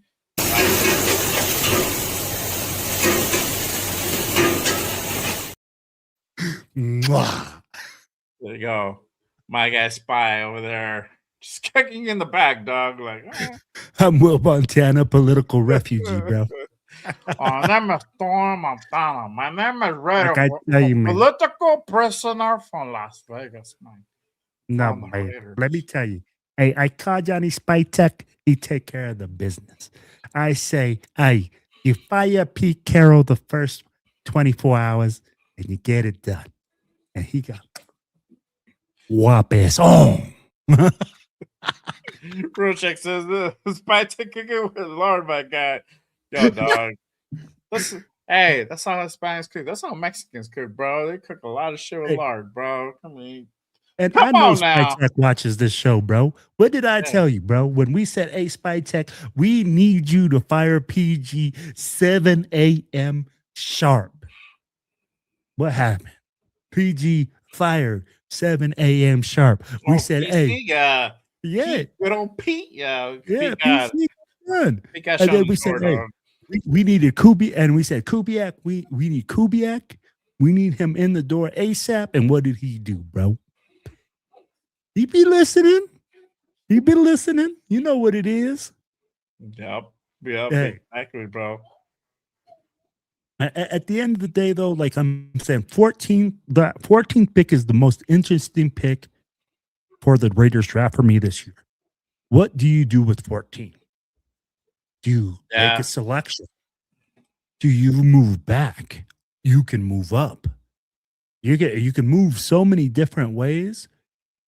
Right there, I think, is going to be the key for the next year for the Raiders' success. It's not going to be Fernando Mendoza. People see Fernando Mendoza as the main. Yes, I get it. Quarterback-driven league. But without that 14th pick and whatever else we do around him, Fernando Mendoza is just another guy. So it's going to be really interesting, Jay. Yeah. You need to protect him. You need to provide him with weapons. Luckily, we have a real big weapon in Brock Bowers, but there has to be more. It can't just be Brock. I know we have Genty, but Genty mostly is going to do his run thing. I know he could catch the ball, but again, we need more weapons. The more weapons you have, the better this guy's going to be able to go ahead and just be effective out there. We need to be able to have that high dynamic offense, a high impact offense, and Kubiak is known for that. So, just putting it out there. But we'll see what happens at 14. Whether or not they go ahead and go BPA, are they going to go ahead and draft a receiver, or are they going to go ahead and get a defensive guy? There's different directions that they can go ahead and go. So, man, I'm ready to see what happens tomorrow, day 2. Shout out to my guy 805 in the building. What is good, my guy? He says the Jets need to get him weapons and protect them. Hope they do that for Fernando. Don't you dare say that about my quarterback? Hold on, dog. Wow. Stop it. Get some help. God damn it, get some help, 805. Enough of this Fernando bashing. It's Fernando mania. And you But you know respect what? that, God damn it. But I get where people are coming from, right? Like people are going both ways. Is he a franchise guy? Is he not a franchise guy? And people are gonna see it, and this is why the draft is so much fun. Because we don't know. And 805 might be convicted in one way, or you might be convicted in one way. But at the end of the day, bro, like this is why the draft is so much fun. This is why people invest so much time into it. So that way, at the end of the day, it could be like, I told you so, bro. I told you that was going to be one bad dude. But guess what? 805, we got an extra draft pick next year. For Jefferson. Another number one. Another. So one. let me, so Jay. You can get your guy if this guy doesn't work out. Jay, I'm going to play devil's advocate right now. Yeah. All right. If the Raiders say Mendoza isn't their guy, right, which is totally opposite of everything that's coming out, and they trade back, number one, you have 14. If they trade with the Jets, that would give you 2, right? Because they would probably have to give you 2, 16, 33, and something for next year. Hold on. I send this to our group chat. I'm glad you brought that up. Hold on. I did I pulled out a Jeff mock.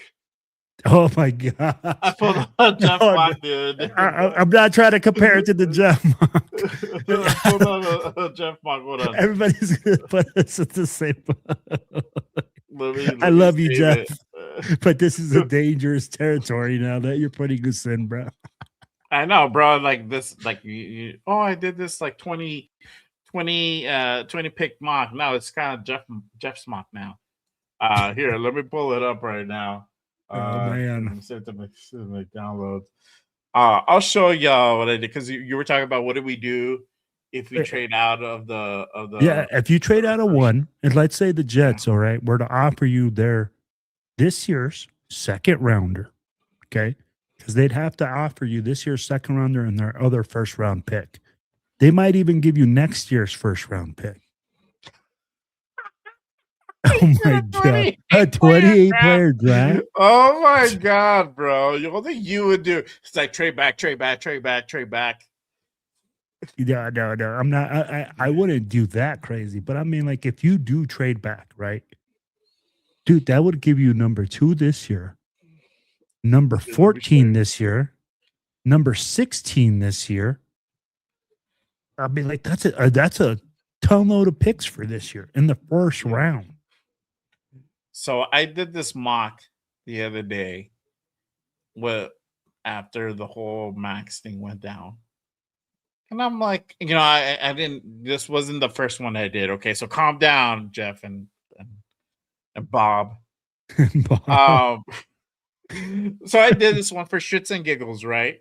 And I'm like, cool. Let me trade out of the first and give away Fernando to the Jets, right? So they gave me their second.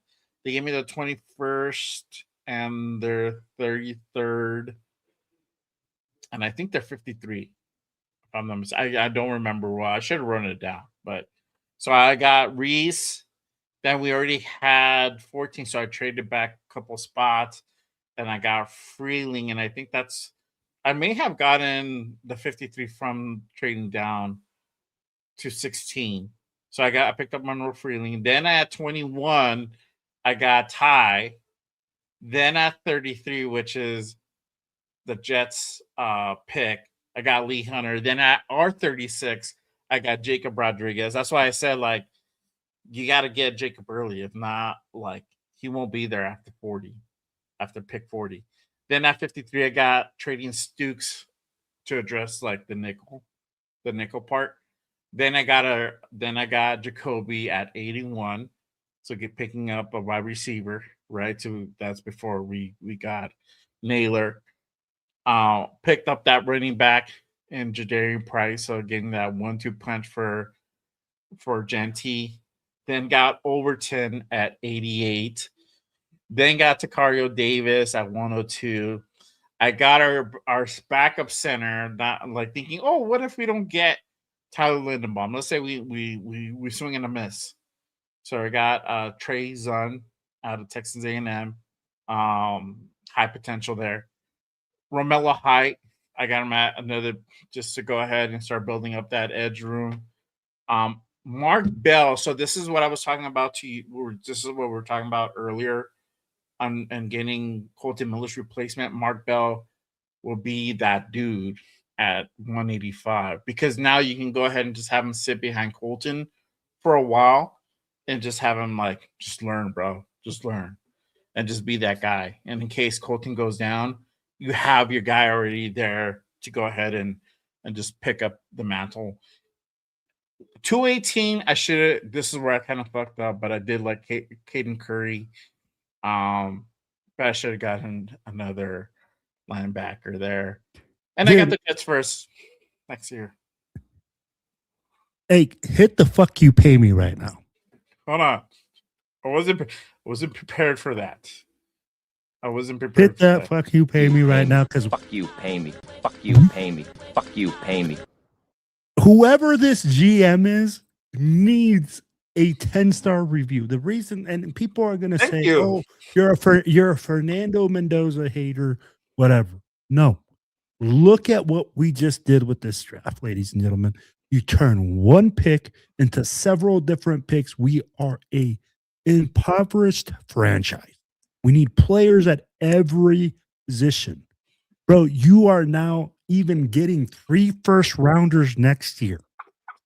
You're addressing the quarterback position this year with Ty Simpson. If you don't hit, you have the possibility of hitting 3 times next year. This is where people get it confused, right? And they say there's only one way to slice the pie. We need to literally look at this and seriously address this. If there's a team that is seriously considering trading that heavily for Fernando Mendoza, where Fernando Mendoza caters 3 first-round draft picks, which is more than Max Crosby for an unproven asset, then why the fuck are we not doing it when we're not known for drafting very well anyways? I'm not. Hold on. Wait. Hold on. This is just a messing around mock. Stop it. Get some help. I don't give a damn. I'm still drafting Fernando Mendoza. You need to get some help. Both of you. Stop it. But hey, you know what? If in case Spytek and Kubiak are not sold, maybe this could potentially happen. I don't know. But Jay, I'd be like, honestly, if you're not listening for 3 first-rounders, I'd be like, bro, that's a lot. And I mean, like, you're only moving back 1 spot. I get that you're moving off that quarterback spot, but the players that are available in this draft, the better players are not the quarterbacks. They're at different spots. Why not take the risk at that? Yeah, people are going to say, well, we won't have our shot next year. We don't know if the Ravens are going to be bad. Well, now we don't know if the Jets will suck.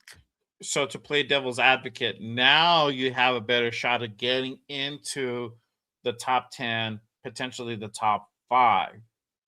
Now you do. You might have to give up a second on top of that next year if that's the route that you want to go. That's if. I don't think the Raiders will do that. But if you're gonna do that, that might be the route you have to go in. You would have to be aggressive, and that's the thing. You have to find a trade partner that's willing to go ahead and give up the pick. So you might have to sell the farm. You might have to add in another pick somewhere to make this be a thing. I want to show this real quick before you go. This is just 28 pick mock. God damn. So you should have walked me through it. So I assume you traded down to 4. Then you got the 20. Wait. Yeah, you got to walk me through it. So you traded down to number 4. I assume from 14 you traded down to 20. And then you got 33, 35, 44. You probably got 44, 57 from trading down to 20. Then 60, 65, 66, 67. Goddamn. 102, 103, 112, 124, 134. So 124 and 134 were the picks that we already had. Everything else is basically trade down except 102. 140, 142, 151, 175, 176, 180, 182, 183, 185, 216, 218, 224. Jesus.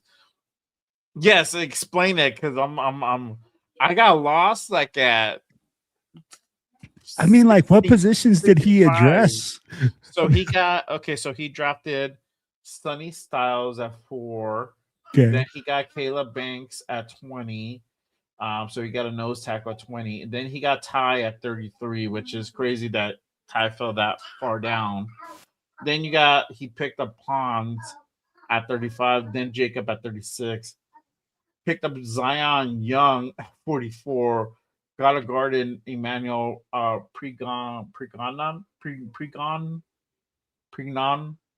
at 57. Anthony Hill at 60. Dunker at 65. Thomas at 66. Dunker at 65? Yes, he's about there. Wow.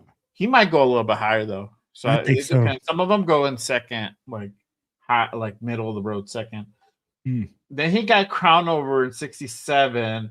So literally he picked up already an offensive half of an offensive line or majority of an offensive line. Then he got a running back in Mike Washington at 102. Then another nose in Dominique Orange at 103.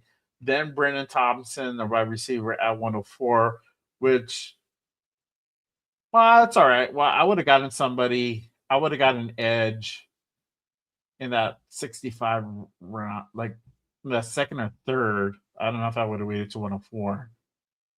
Chandler Rivers, a corner at 112. He got another center in Logan Jones at 124. Malik Benson at 134.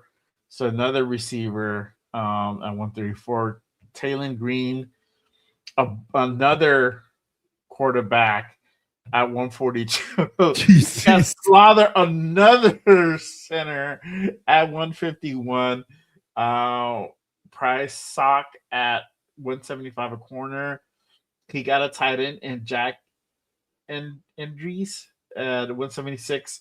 Vincent Anthony at for edge at 180. Romel Height, I like that one. Jalen Husky, safety at 183. Jeff Cadwell, receiver at 185. Tariq Sapp, 216. Andre Fuller, 218. And Kelly Edge out of UCF at 224. So obviously we know that Jeff is very offensive line oriented. Yeah, we have drafted point and going down the draft list. No face was like, what are you drinking? This is vodka. I know, Doc. Like you only have two linebackers out of your like 25 picks that you did, bro. Like you could have. We have no defensive guys almost. Yes, we have like no secondary, dog. Like two guys, like two corners, and like we'll be able to block like hell, though. Yes, we'll be able to go ahead and rush like hell every time. You know, by this rate, you'll always have fresh guys. Primos is like, what the heck kind of box is that? There's a happening here. Oh my god, that's funny. Oh yeah. I mean, well, 3, my bad. Because you did get Sonny Styles. You get Sonny Styles and Rodriguez alone, and Anthony Hill. That's a pretty sick fucking linebacker room, bro. That's for sure. That's for Yeah. sure. But I would probably got maybe a couple more corners, safety. Maybe a defensive end or two that are a little bit higher a than. little bit higher, yeah. Yeah. I would prioritize. You still have to replace or try to at least aim towards, really putting a high quality into replacing. 805. Dude, did you see I'm 805 just comment? lying on We're you. going to the wing T offense.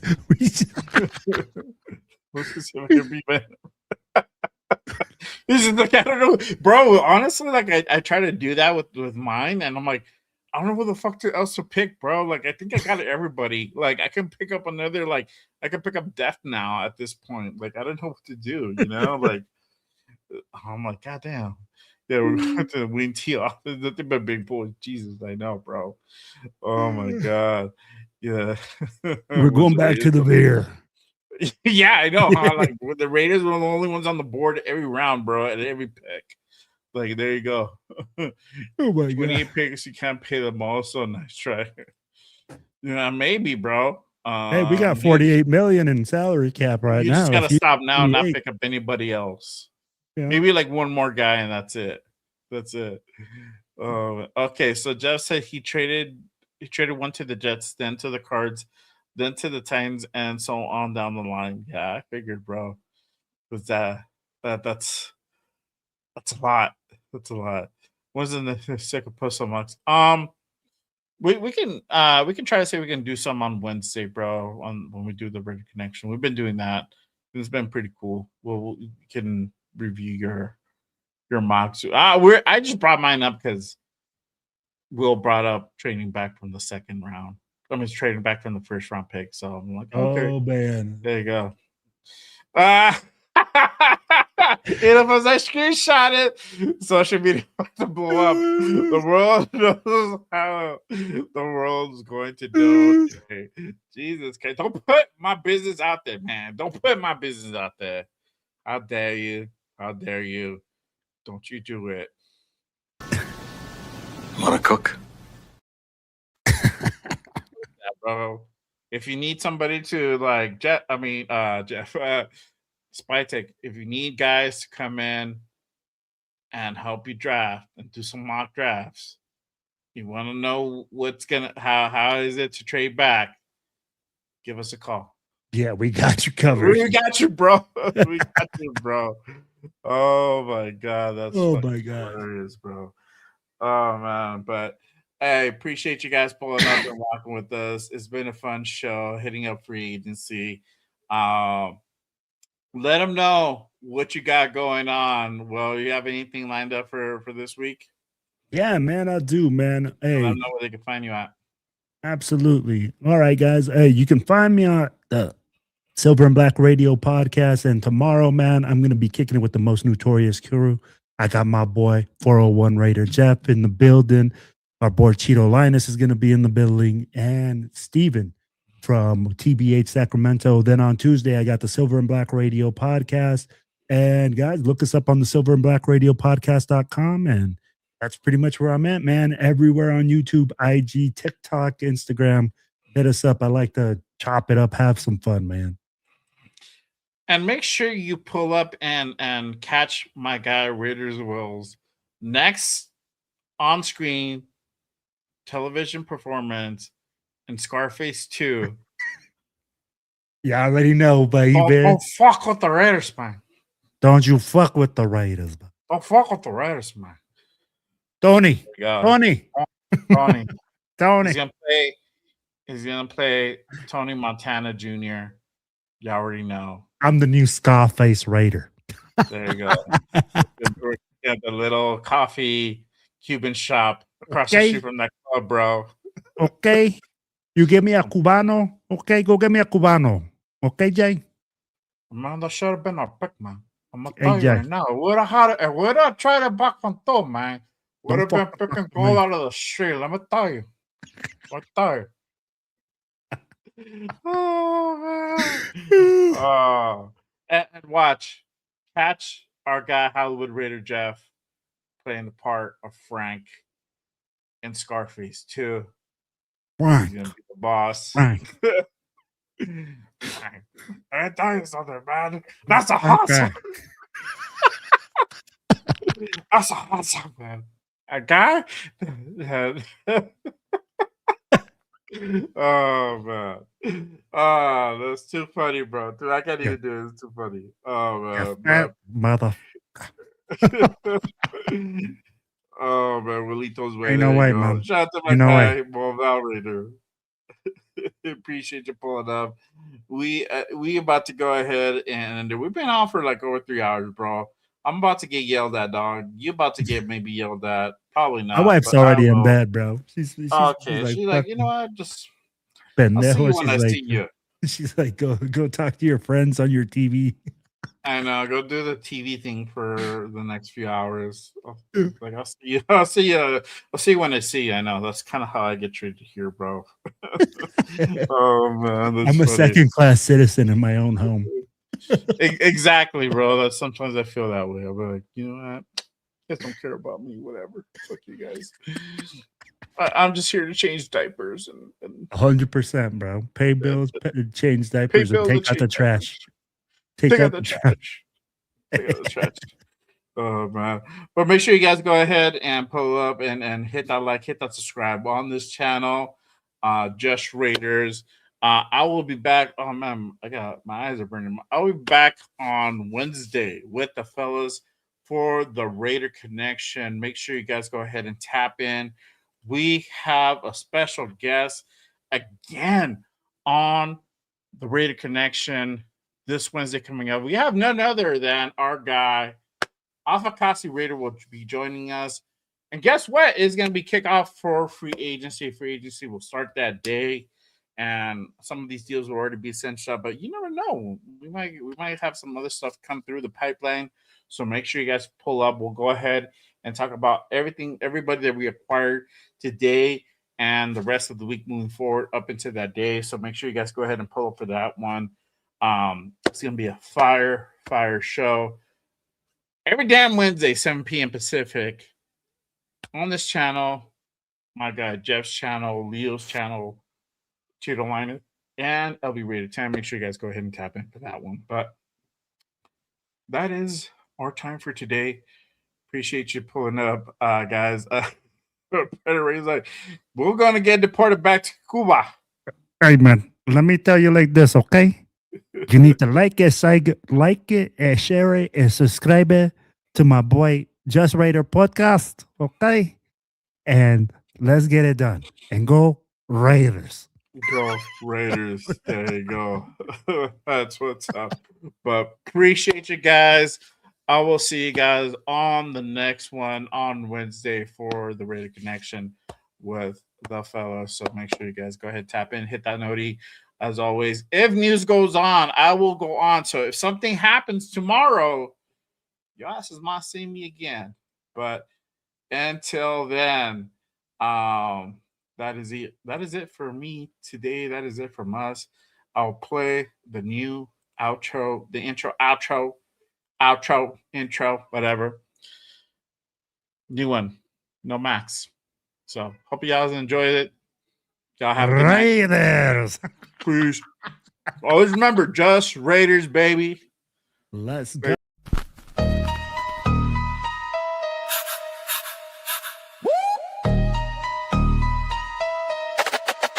J-Ray, the creator with the killer content, hot takes and the dopest, guest Raider Nation. From Oakland to LA to Vegas, nothing greater than the Raiders, only facts. Just Raiders. Stand up. Welcome to the channel. It's called Just Raiders, baby. If you ain't subscribed, then you gotta try. Just Raiders, baby, nothing but love for the Raiders. Been an OG before 93. Shout out to the nation, they always crazy. So nation, ride with me, taking over my style is amazing. Making hits like the B on the Blitz and Silver E and Black on the attack. They on the map. J-Ray, the creator with the killer content, hot takes and the dopest guest Raider Nation. From Oakland to LA to Vegas, nothing greater than the Raiders, only facts. Just Raiders. just Raiders, just Raiders, just Raiders, just Raiders, just Raiders, J Raiders, just Raiders, just Raiders, just Raiders, just Raiders, just Raiders. Putting on shows like Brock on the go. We just like J Raider, the innovator, making shows like Good Morning Raiders, the originator. Raiders unfiltered, raw, never censored. The post game reaction, nothing but action. Just Raiders, baby. Just Raiders. Just Raiders, baby. J Raider, the creator of the killer content. Hot takes and the dopest, yes. Raider Nation, the only nation. There ain't no question. Just win, baby. Win, baby. Just win.